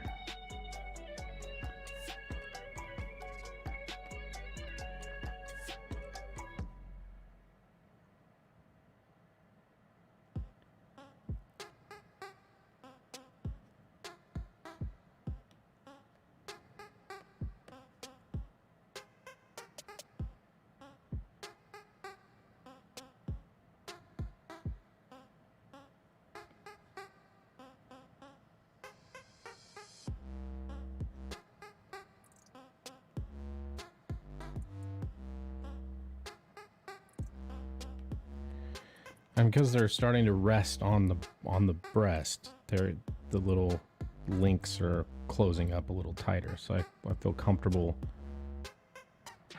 having them overlap.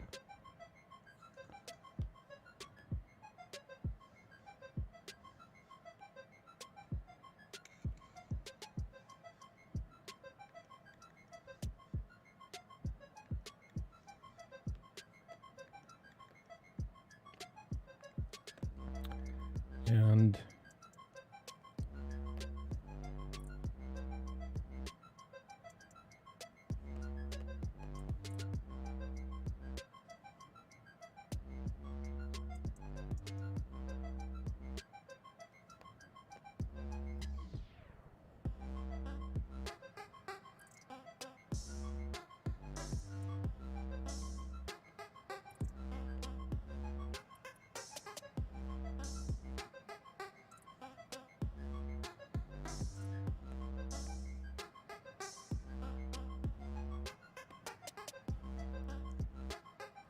oops.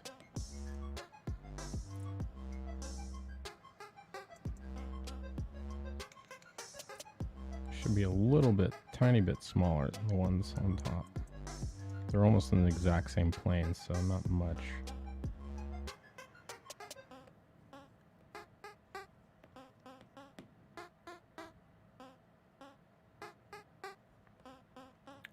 And they're sitting on top of the boob line, so the boob line needs to be deleted.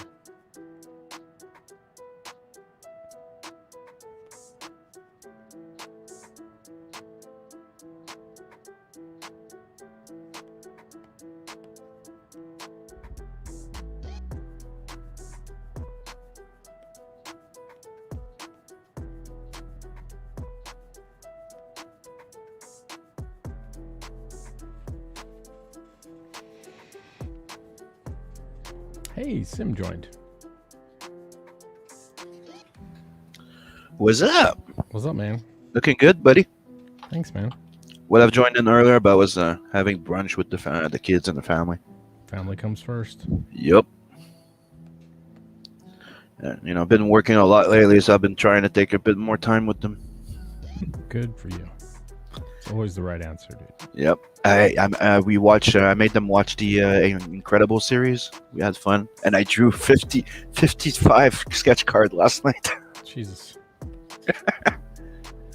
But the entire 122 sketch card that I needed to be done for my campaign are done.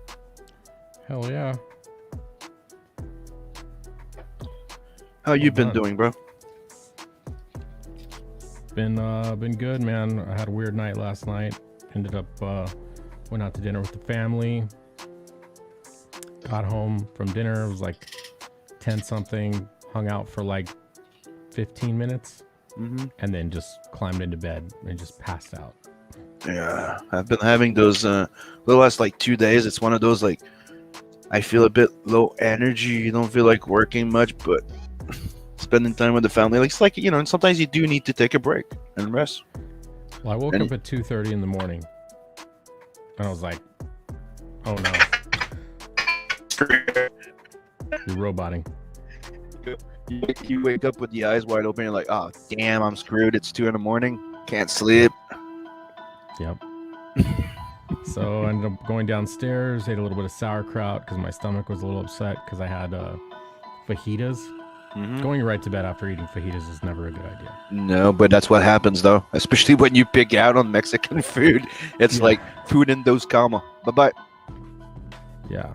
So ate some kraut, calmed it down, stomach felt better, went and got back in bed, fell back asleep for like 20 minutes. By that time it was 4 something, and then just laid in bed and just tried to like squeeze my eyes, just please go back to sleep for a little while. Nope.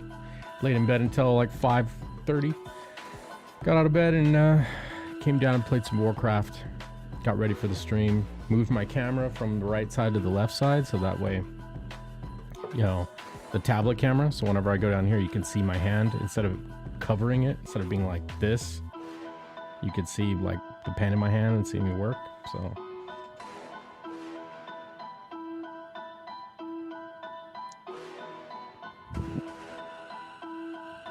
And I have to admit, I might be biased, but I'm pretty happy that she won. Yeah, I mean, even though let's be honest, I know you got at least 3 votes. No, I got 2.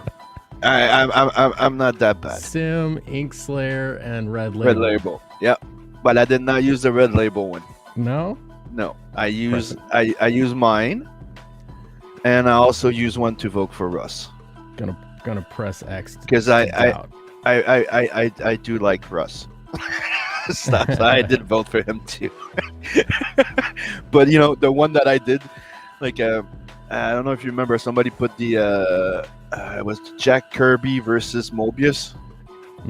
Oh the yeah, guy, the class on the tales from the classroom, and I'm like, sir, you are a monster. So I took 2 accounts and I went to vote for one for Kirby and one for Mobius. You will not divide me. I'm sorry, dude. It's like the guy should those 2 guys should have been best friends. You know what I mean? I know they met before and they got along, but you know what I mean? Like you cannot compare which the kid 2. do I like more? Like you cannot compare them.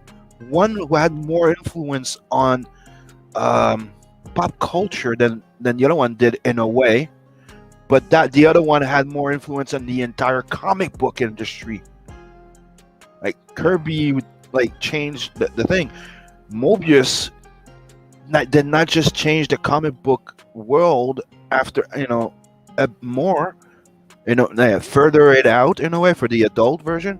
But he was big in the movies. Like we got Tron because of him, Aliens because of him. He was part of the original team that ended up working on Star Wars. Like you cannot do that. It's a. I really like that guy, but that was evil. It's like, which breath do I like more? What do you Well, mean? Muerto, you are evil. All right.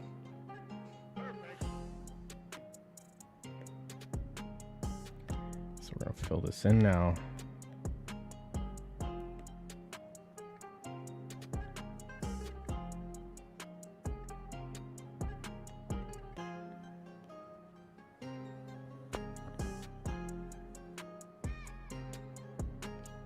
I think it's looking clean. It's looking awesome, dude.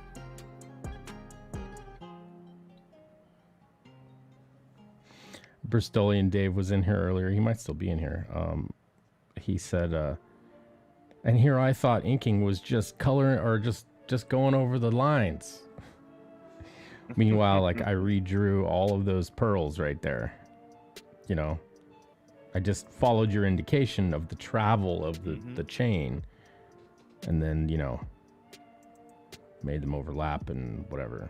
But like, yeah, inking is not just tracing. Yeah, and it depends on what level of what you're inking, what level of penciling you're inking to.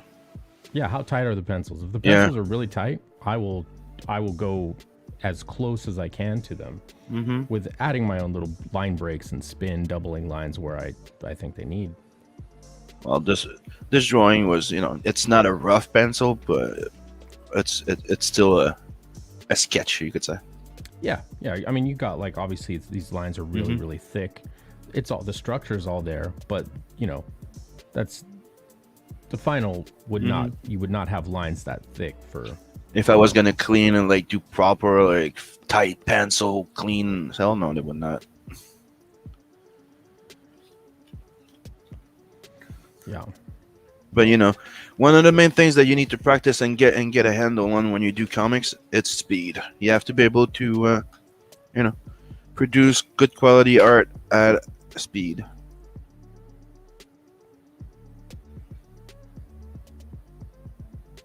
And sometimes you get so much into details, and you're like, it's gonna look so sweet, and then you realize it's too small for print. It won't show.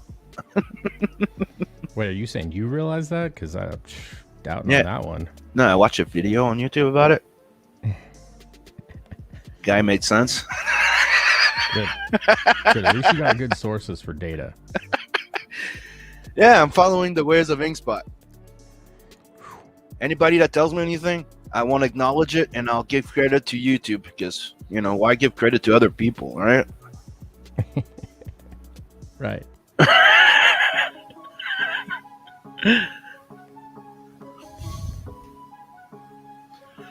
I only have one sketch card left to do for the what's the name again? Butch Cleaver. Oh, okay. Yeah, I was doing 3 sketch cards first to help him out in the campaign, so I'm doing them right now. Nice. I fucked one up, so here this is what happens when I screw one drawing it up. Can you hear it? You sound like you're tearing it up. That's what I fucking do. Bye. Dude, my ex-girlfriend used to go nuts every fucking time we do something like that. You know, when you start dueling and you're like, you're not gonna, you go, fuck this, and you start ripping up and throwing the garbage. Dude, she would give me shit.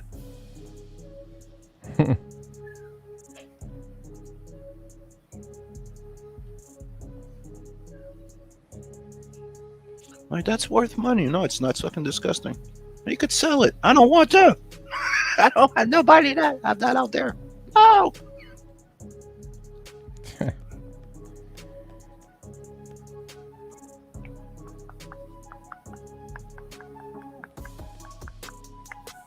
I need to get one of those free royalty-free music things. Do you have Spotify? I do for my kids. I should probably activate it myself. Yeah. Well, because this is literally, there's another YouTuber. His name is Harris Heller. That's basically, I'm playing his. He was like, there's a big problem because he's a musician and he's also a streamer. So there's a big problem in the streaming world. There's not enough royalty-free music. And he's like, you know what? I'm putting all my music on Spotify. Anyone can play it anytime. You will not get struck because I'm the only one who could strike, and it's out there for everyone. That's cool. So, yeah. So I mean, is it great music? I mean, it's okay. It's ambience, dude. It's and I'm sorry, when you're drawing, it's kind of useful, you know. Yeah. Yeah, definitely. So. And he's got EDM, he's got a little bit of hip hop, he's got some lo-fi stuff, he's got some digital stuff, synth wave, like all kinds of just, you know. Yeah, I remember like I was like, oh yeah, I'm gonna listen to Metallica and stuff, and then you're like, no, you can't. I'm like, oh fuck off. Like I thought it would have been cool to make, you know, like music and draw type of thing, but no, it didn't let me. Yeah. When I first did the first test, I was doing like I don't know if you saw them, but I was doing like speed up videos, accelerated videos of me doing sketches quickly, or actually live video without speeding it up. Like I was doing a sketch in 15 minutes, no speed up, and I was putting a Oh. song behind it, and yeah, I got flagged a lot. Well, the flagging just means that you don't Copyright, get copyright monetized. claim, and this, and yeah. Yeah. But I never had to. I never had to take my stuff down though. It's like they see that I use their music, they go, okay, we're good, leave it with their stuff. Yeah, we're but claiming we're it. yeah, but we're claiming it. Yeah. So they make the money off of it, but they don't mind it being seen with my art.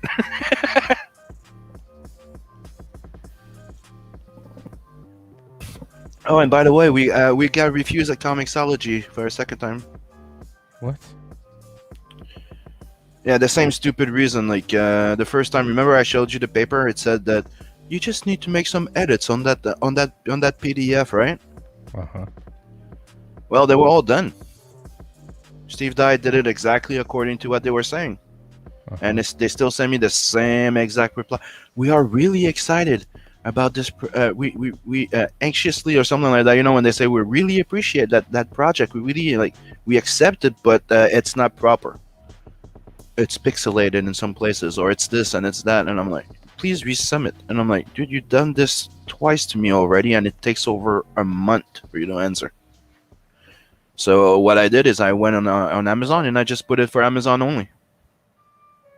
So we get even more promotion, and it's part of the Kindle book club and everything. Screw this. So Red Label is everywhere on Amazon. Cool. I wanted it on Comixology, but you know, Well, dude, we're being shitheads, so I'm not a trained lion in a fucking circus, okay? yeah. You're an untrained lion in a circus. I'm walled. Like I'm more like a silverback. Oh, you're still on that one. Silverback. Simeon.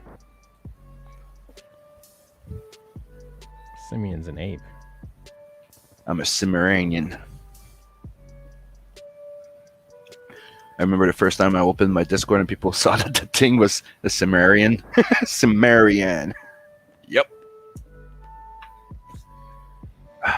I need to rewatch the second Conan. I watched Conan the other day with Dave while doing some sketch card. I want to watch the second one.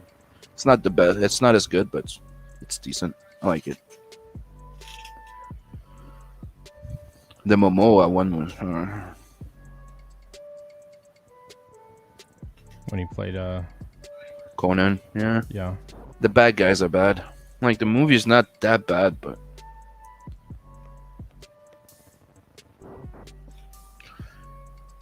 I have a problem with the bad guy and Rose McGowan. Rose McGowan, she's not an actress. She's a poser. Like I'm sorry, like she can work in some characters that are written for her or character wise. Like remember, like in Planet Terror or something. No, you haven't seen it. It's horror. So. Yeah. But you know what I mean? Like she's not a character. She's not an actor. She's a character. If that makes sense. Like if you cast her in something that's like her, well, she'll nail it. You know. But trying to make her as a badass witch in Conan, that did not work. She can't sell it. She can't sell evil. She sells bitchy.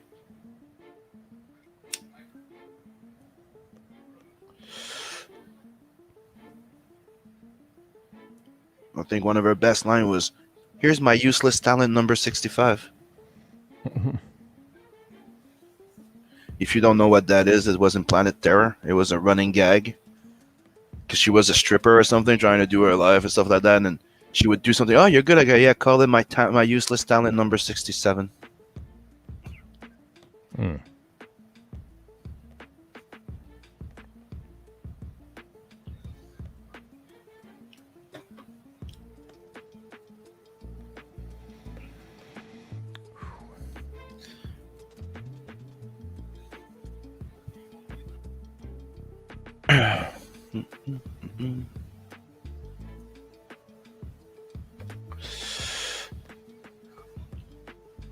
And by the way, I should be getting the books on around the 27th. Oh, cool. It would have been before, but they had a big order, so they asked me if I would mind waiting a little, just like an extra like 2-3 days, so they can pass a bigger order. I'm like, no, I don't mind. She goes, we'll send you your sketch covers in advance, though. I'm like, oh, you guys are sweethearts. Nice. I'm telling you guys, always check if you can find a good local printer. Though you'll be swell over there, because I've been hearing a lot of people, they're all going in one place, and when everybody goes in one place, what happens? It gets clogged. Well, plus, I mean, sometimes the print service becomes less responsive because they have so much business they don't really care, you know. Exactly. And the customer service ain't the same. You don't have a direct line. Yeah. And they don't. My small printer doesn't charge me as much as Mixam would for covers, for variant covers.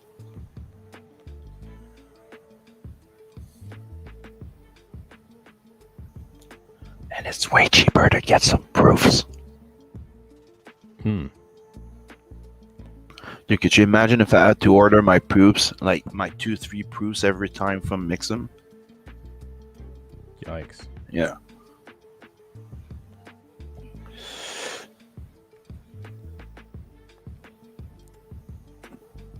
Me so far, like even with Bloodhound, I had 2 proofs, right? And they don't charge me for the second one if I don't ask them to do the full setup. Send me another cover and another this and another. Just okay, send me. Okay, we have a problem with the body, so they send me the body. Get it? The interior. That's it. So I don't get charged for that one. Nice. They just charged me for the first one. I'm like, oh, you guys are awesome. What's up, Gargoyle? What's up, buddy?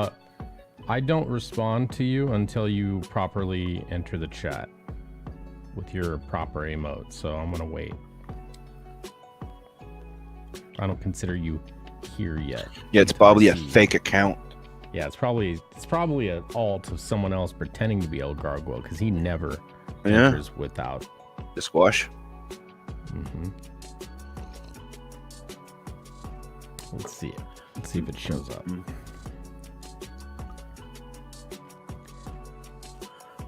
Oh, by the way, guy, it was a really good suggestion.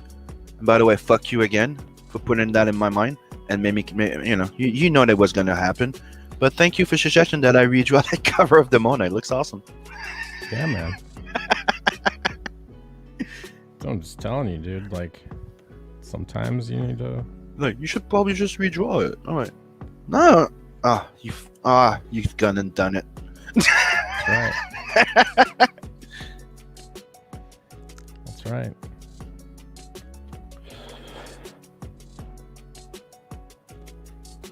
Dude, people are gonna go nuts when we reshare that one. Reshare what one? The one you're inking. Oh. Yeah, I think they'll like it.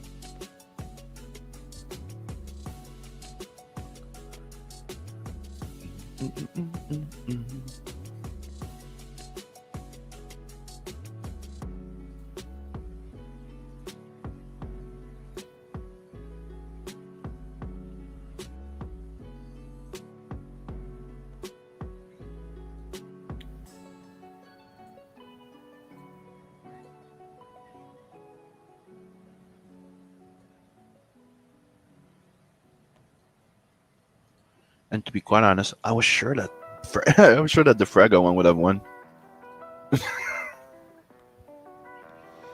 I thought it was gonna at first. But I was on the 50% almost all the time, so I'm like, oh yeah. Oh yeah.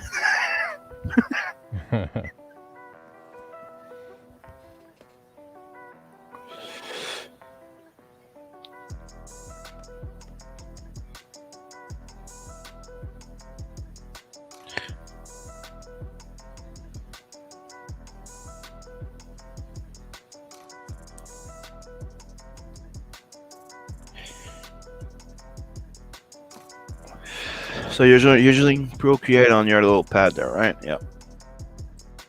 Mm-hmm.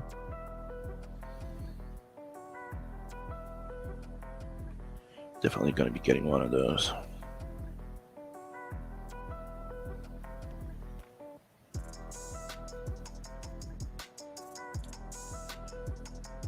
Okay. And then I'm sharing the screen through an Apple TV. Hmm. I'm What's Apple mirroring TV? to it. Like Huh? Apple's own version of YouTube or something? No, it's like it's a little stream box. It's kind of like a Roku box. I don't know if you've ever Okay. seen one of those. Yeah. It's basically got an HDMI in and HDMI out, Uh-huh. and then it connects via Wi-Fi. So I'm connected to it via Wi-Fi, doing a screen mirror, and then OBS is receiving it through a capture card. So I got an Elgato capture card grabbing the HDMI signal that's being screen shared. Oh.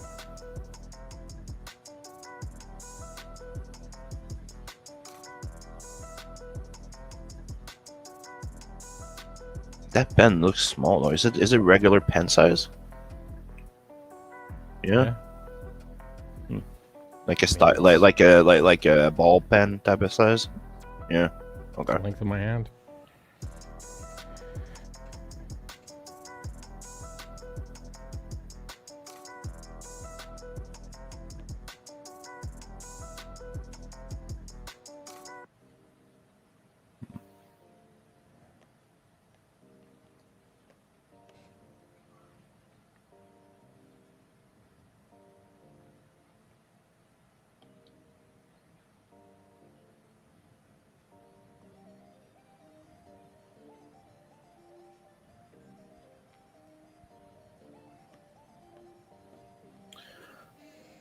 I'm guessing you're right. It was not the real gargle because it did not put the squash there.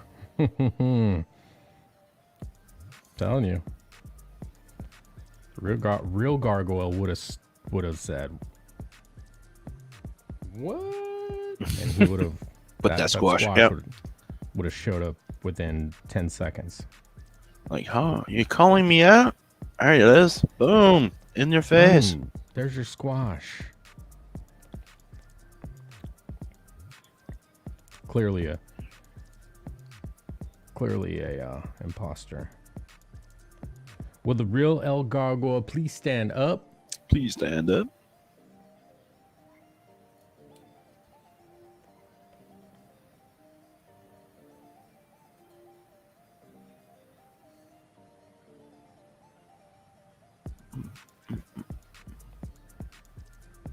Oh, by the way, I got my first Patreon. Nice.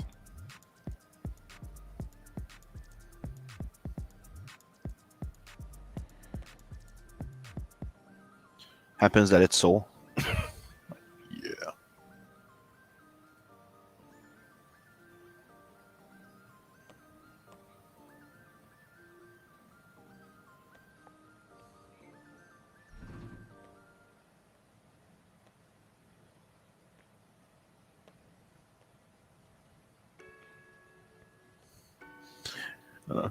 I shared one of those little memes that I saw on Facebook the other day. I thought it was amazing. It's just a brick wall, and one brick it says just another. And he goes, no one alive today will get this.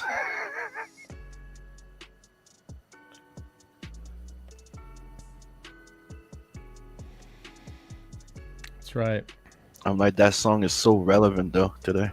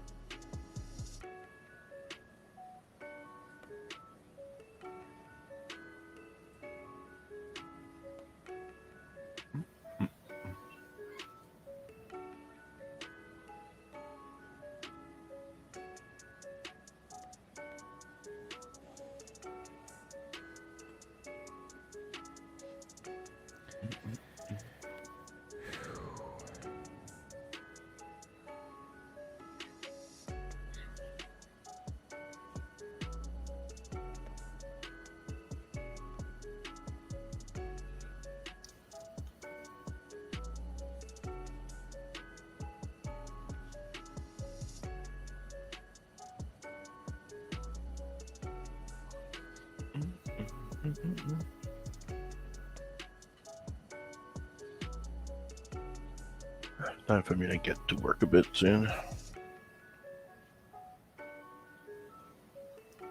Yeah. Like I told you, I was like when I jumped in, I just finished brunch with the kids and stuff. So trying to get myself into the work zone, work mindset. Yeah, you sound really ready. I'm stretching. Yes, I am.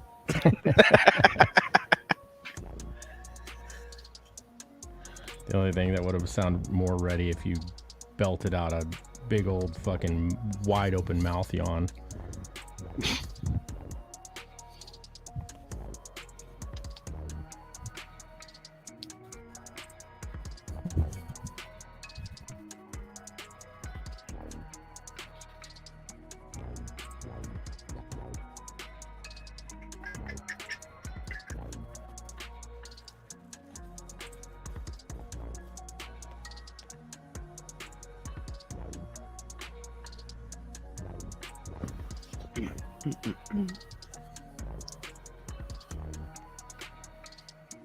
See if that's gonna work.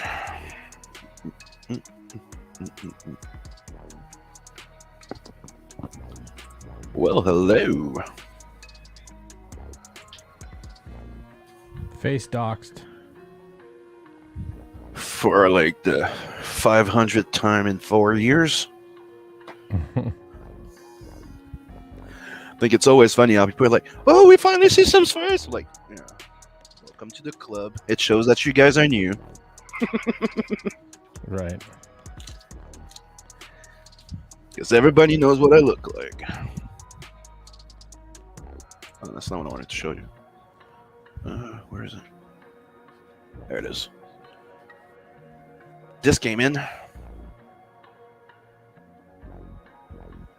Ooh, okay. And this just came in today.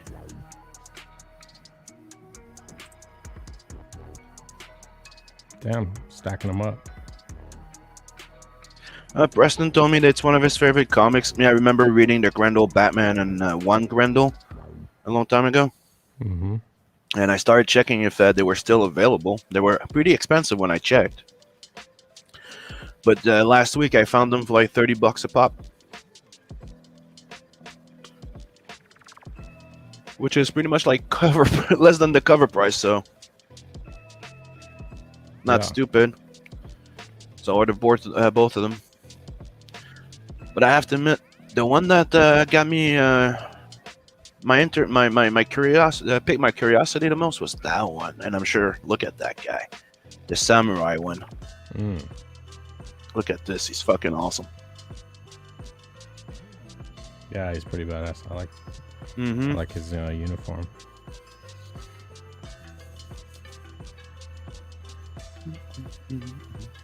And if I'm not mistaken, that's the one I have the floppies because I only had one story of it.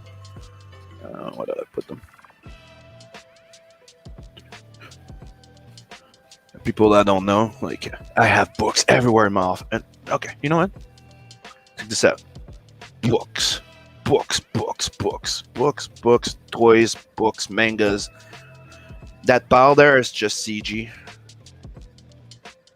Then you have this, and then you have that stacked there, and then you have this behind my computer that's, with papers and drawing and masks. And I don't just draw comics, I consume them.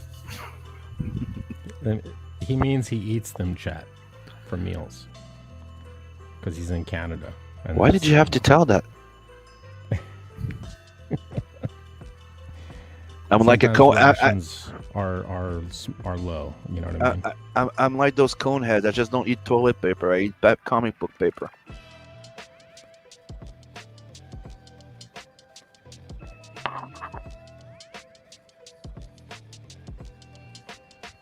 See, Mickey Mouse agrees. Hey, kiss it, kiss it. Mickey would never say to kiss his ass. He did not say kiss his ass. Says kiss it. There, that looks clean.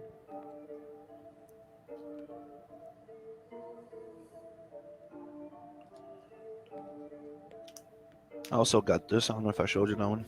I think I did, right? Space Bastards. No. It was a Kickstarter, and it's you know who Robertson is, right? Guy that worked on The Boys and Transmetropolitan and stuff. Oh, okay. And he creates his own stuff, and Bisley's in it with him, and I'm like, well, I want to check it out. So they were charging a whole bunch of fucking shipping, dude, like crazy shipping. So I'm like, okay. So as I was googling it, it goes, it had an Amazon link that shows up. I'm like, click Amazon, pre-sale on Amazon. Before before the campaign launch, it was on pre-sale on Amazon, so I bought it there, like Berserker. Oh, okay. So you buy it in pre-sale on Amazon, and you don't pay any shipping, and it's cheaper than on the campaign. So I'm saying those big companies, they're really it's a joke what they're doing. They're really trying to take advantage of the people in Kickstarter and stuff like that. Yeah. Like, why would a multi-million company need to crowdfund something, especially if they already have a direct link for their sales on the,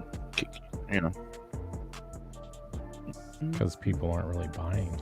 Yeah, and then they have an exclusivity thing, because they, Berserker did the same thing as the Red Rooster.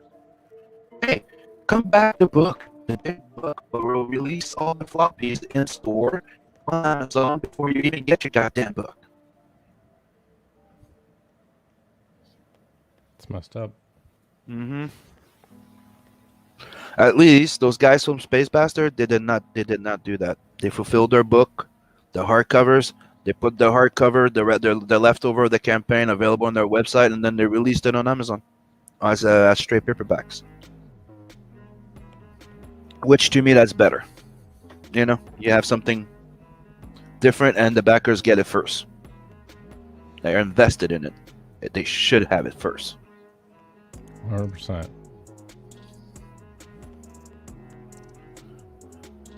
Like, I remember with Bloodhunt, I had somebody going, "Oh, I'd like to do a review of your Bloodhunt. Can you send me? Can I get a digital copy?" And I'm like, "Not before everybody has their books. Nobody should have the freaking thing before my backers do." That's right. And here's my buddy Percival. That's always next to my desk, keeping me company. His name is Percival. Hello. Nice. I'm pretty sure everybody know why his name is Percival. If you do not know who Percival is, go read.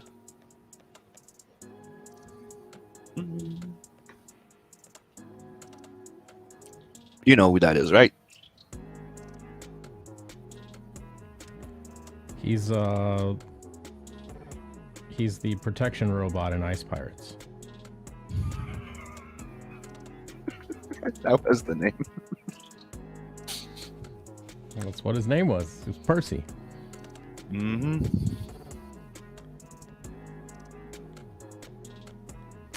But he's one of the legendary Knights of the Round Table. Yes, Sir Percival. Mm-hmm.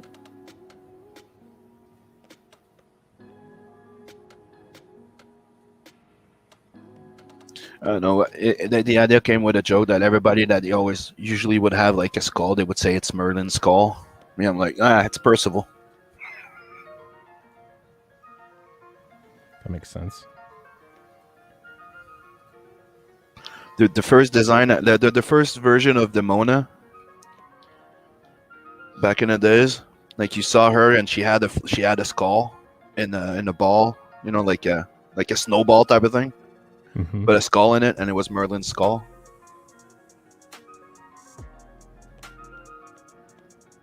Man, crafted out of the crystal prison that he got stuck in.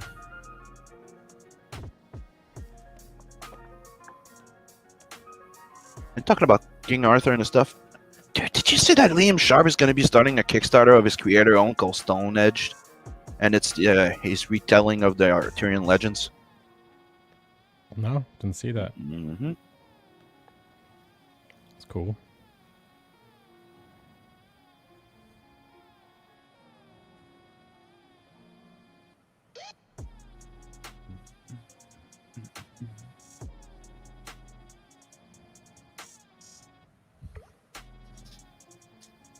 And check out this stack. Damn, dude. All the free sketch card for all my backers.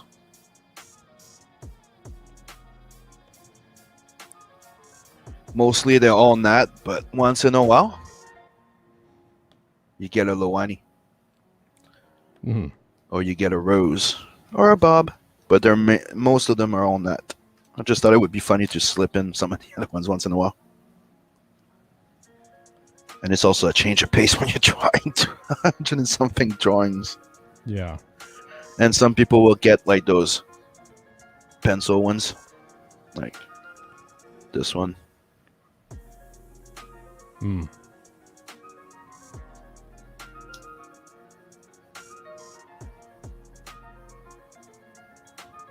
Here's the example of a rose one. With a double cannon. Fire the cannons.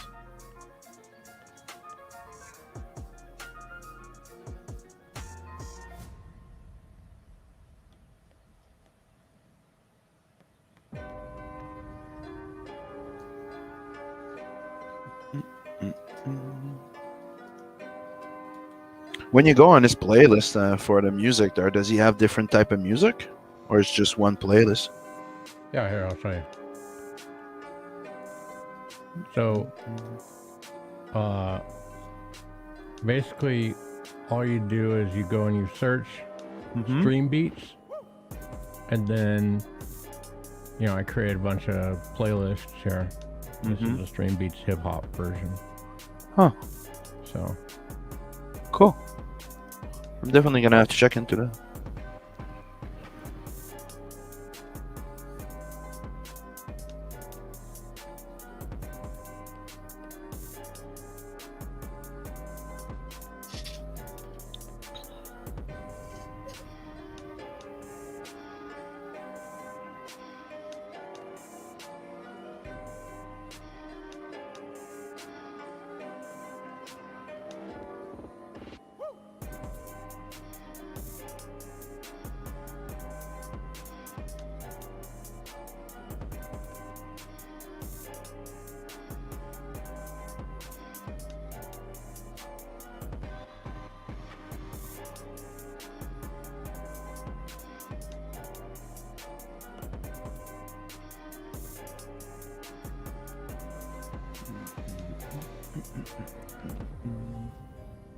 all right.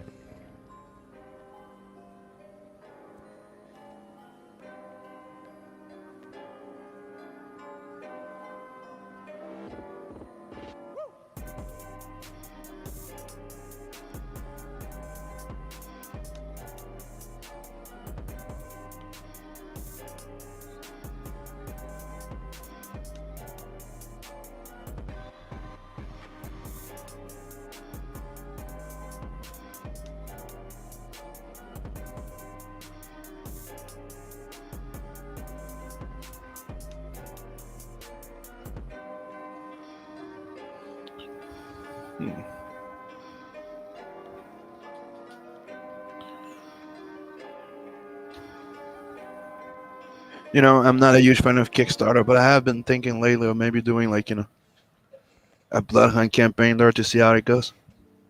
Yeah. I really don't like it though. I really don't.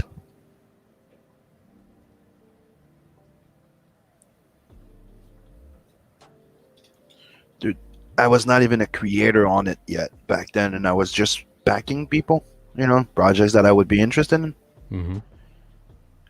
And dude, just the fact that they don't take the money right away. They take it like a month or two after, depending when the campaigns are. Like, dude, after a month or two, do you have time to forget that there's something that's going to be passing on your credit card? Sometimes, yeah. And I hate the fact that people use that backer kit thing. We're not charging you shipping right away. We're going to charge you after. So big surprise. Yeah. If you're not happy, you're not getting your money back, though.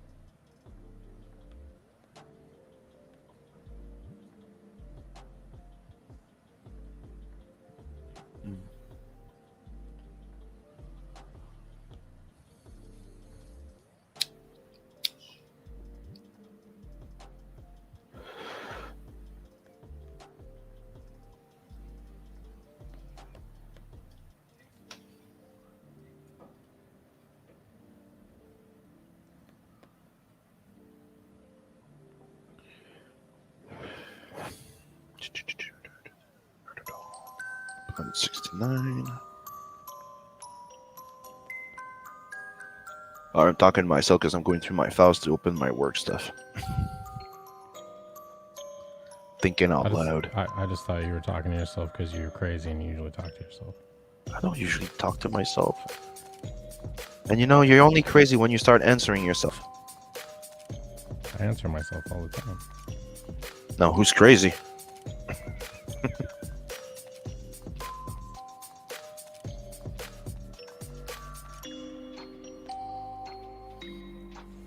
I don't know. Now that sounds crazy. Okay, now that stuff, open this.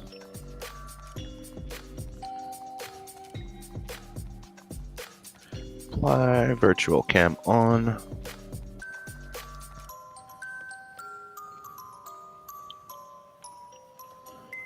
Clip.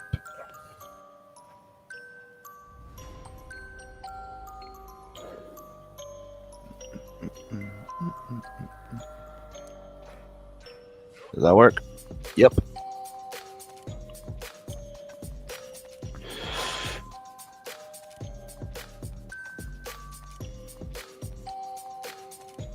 I like that little scene here when they're coming out of the ship.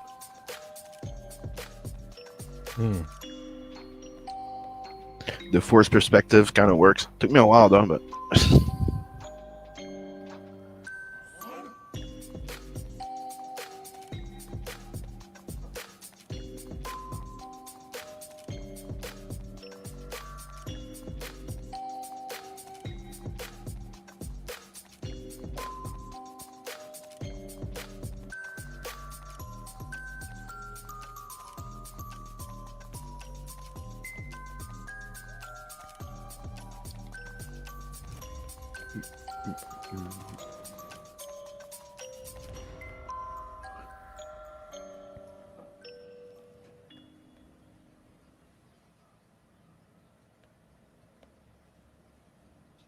did you see that page then?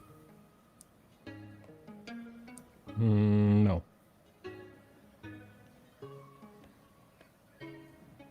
I really like the first panel and the last one. Mm-hmm.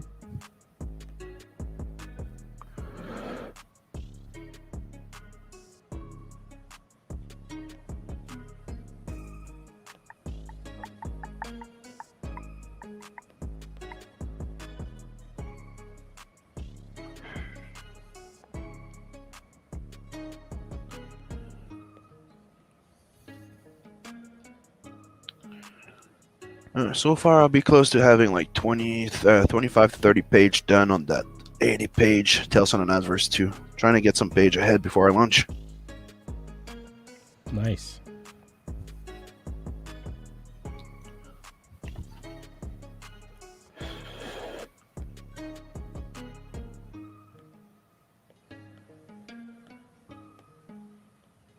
Oh, wrong brush. Did you have to download some brushes, or are you just using the one that come with it? I just tuned the brush that came with it. Adjusted some of the dynamics, reduced its control so that it's more like what my hand does is what it does. It doesn't have any correction in it. Mm-hmm. So like, Yeah, I hate it when they correct your lines.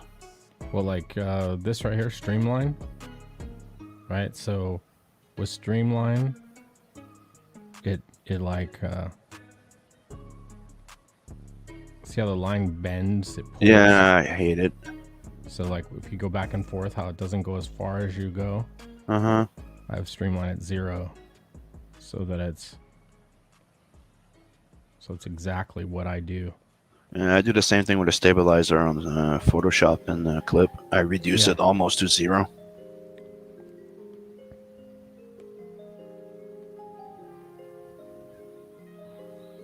Because to me, it's not to correct my stuff; it's to reproduce. You know what I mean? Yeah. I think that's maybe why that when people look at my stuff, they still it still looks like it's traditional.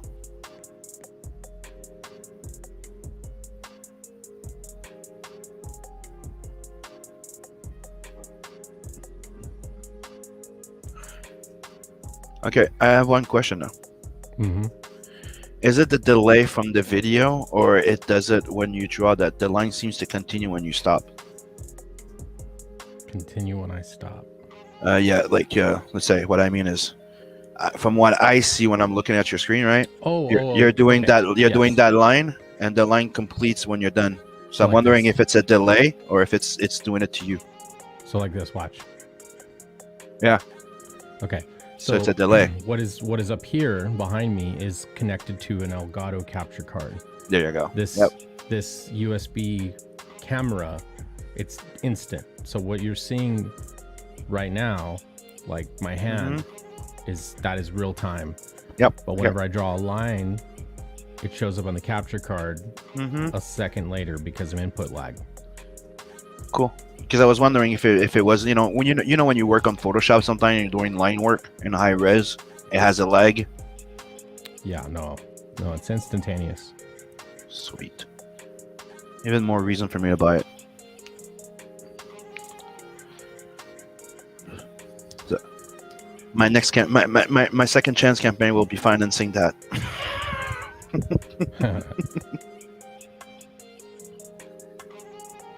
I probably don't need to buy a newest model, right? I mean, I would. Get the newest one you can. Let me go check. But it has to be an iPad Pro. iPad Pro. Because it needs the A6 chip or some shit. How many inch do you have? That's a personal question, bro. I know. I'm not if I'm comfortable saying that on stream. 8? No. I think it's 8 inches. I don't know. Because here they say 11 inches for $1,000. Maybe it is 11. There's a 12x9 inch for 1,500. About Canadian money, by the way. Ooh. Here they have a 2020 Apple iPad Air 10.9 inch Wi-Fi 64 gig for $779. So mine is 10 inches. Okay. Well, from edge to edge. Yeah, I think it's probably 9.5, but because I'm measuring the actual protector. But like screen wise, it looks like it's like 9 3/4. But the actual screen is 9 inches. The actual screen is 9 inches wide.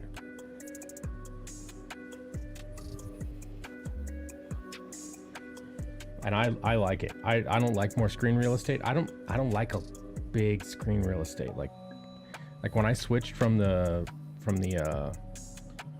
16-inch Wacom to the 22, I was like, it was almost too much for a while. I had to get used to it.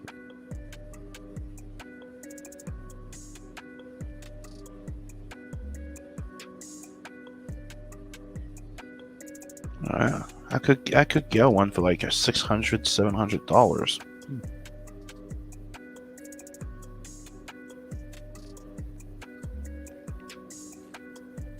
They have a refurbished one on Amazon. I know that's worth it. Let's use. I never buy refurbished electronics. There you go. 2020 Apple iPad Air 10.9-inch Wi-Fi 64 gig space, gray 4th generation. Wait, say that one more time. 2020 Apple what? Apple iPad Air 10.9-inch Wi-Fi 64 gig space, gray. Apple iPad Air, not Apple iPad Pro. Oh, true. Got it. Bingo. Forget that one. Got it. It has to say Pro. Got it. Has to be Pro. If it's not Pro, then you won't. The pen will not glide normally. You will get lag. Got it. It'll be unusable. You'll be pissed. It looks like the same shit. Yeah. Like what? I Thanks. know, but it's the chip on the inside that's important. Yeah, thanks for pointing it out.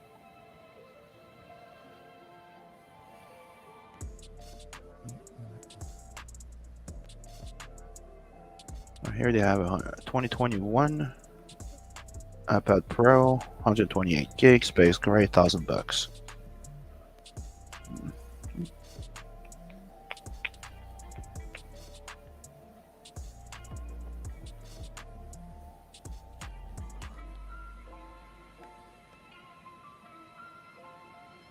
Oof.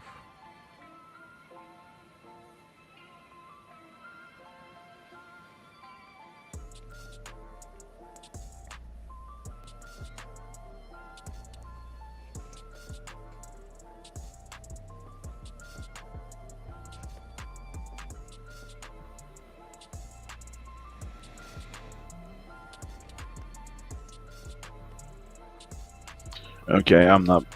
I was reading the refurbished one just for curiosity. And as soon as it says accessory may not be original but will be compatible and fully functional, like fuck you.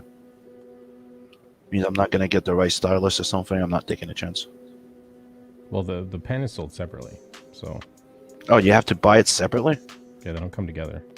Oh, that's a bitch. Huh. Yeah, it's a specialized peripheral, dude.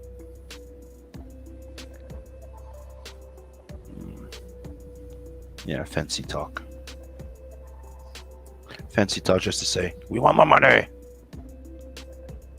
Well, And by the way, yes, I'm doing my Chris today. I'm shopping. I don't know what that means. You know, Chris is always shopping when he's streaming. Oh, is he? I didn't know that.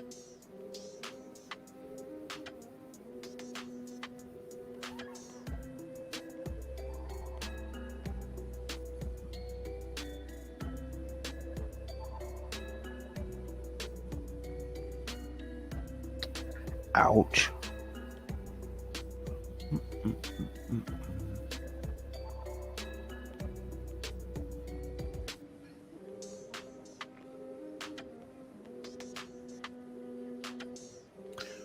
Dude, is it called the Apple Pencil? Mm-hmm. Really? Yeah. And they're asking $150 for that shit? They're 119 American. 150 Canadian. Okay. Dude, it's more expensive than the stylus for the U1 and Cintiq. There, it was just like $100. Yep, it's Apple.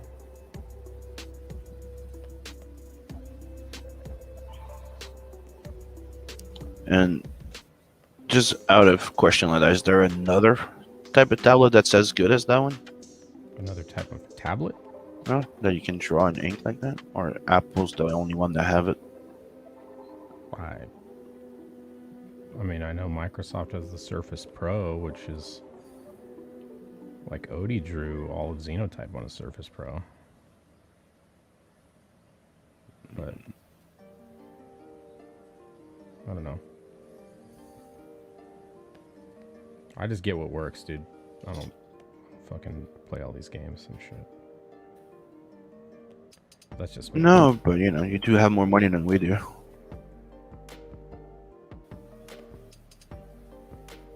Meaning we're a bit more like, we need specials. You're like, I don't care, I just want this. Let's get the fucking thing though. I want that works. Yeah. I don't play around. Yeah, but you're paying. I don't care. I'm paying. I don't give a shit money is what I'm paying. Yeah. Like I don't care. I want it. Give it to me. Yeah. I don't want to find out that shit doesn't work. It doesn't do what I want. You know. I'm just Exactly. like, give me the thing. Give me the thing. Give me the thing that does the thing. And I don't want to talk about it anymore. Just give me the thing. That's what I do. Microsoft Surface Pro. But it doesn't have Procreate, so. No, but it's in the same price range. It's not cheaper. But you can get Clip Studio for it.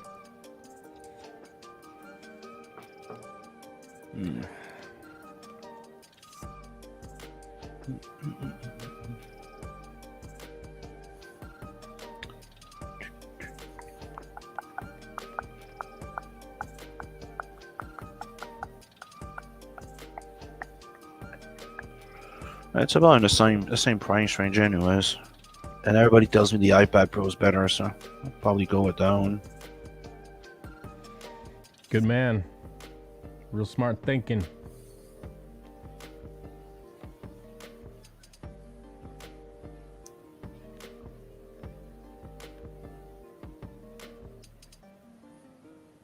That's gonna be show, yeah. I'm not known to be done.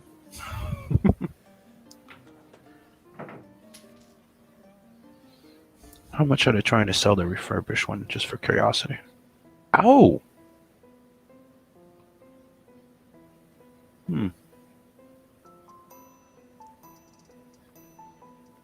$600.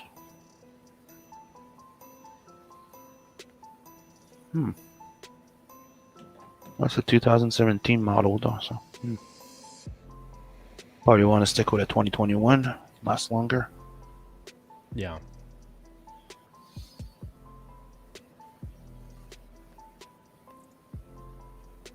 You know, I kind of hope that I get that thing that you, with my business account that you said that you had, you know, that you can buy something with them and pay by payment or something. Mm-hmm.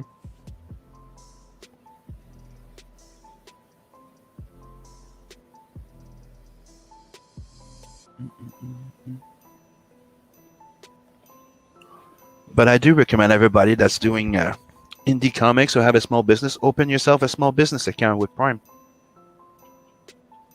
The more you buy stuff, the more you get discounts on them, and it's good for your taxes to just pull out the sheet of what you bought during your company.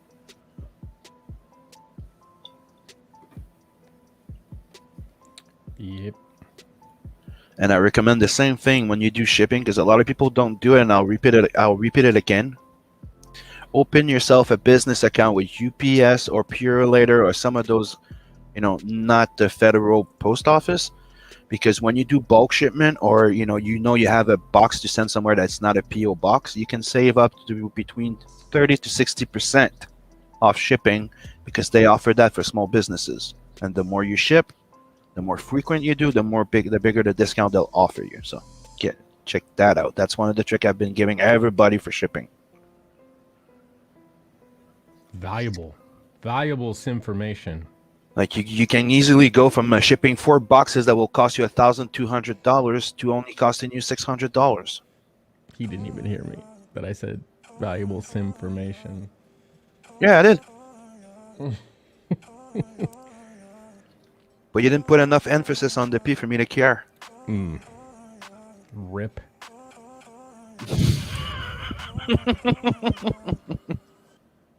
All right, so we've been going for 3 hours, 2 minutes, and 59 seconds. 3 hours and 3 minutes now. It's not true. I've only been here for an hour. Yeah. So this is the progress that we've made. As you can see, got a lot more to go, but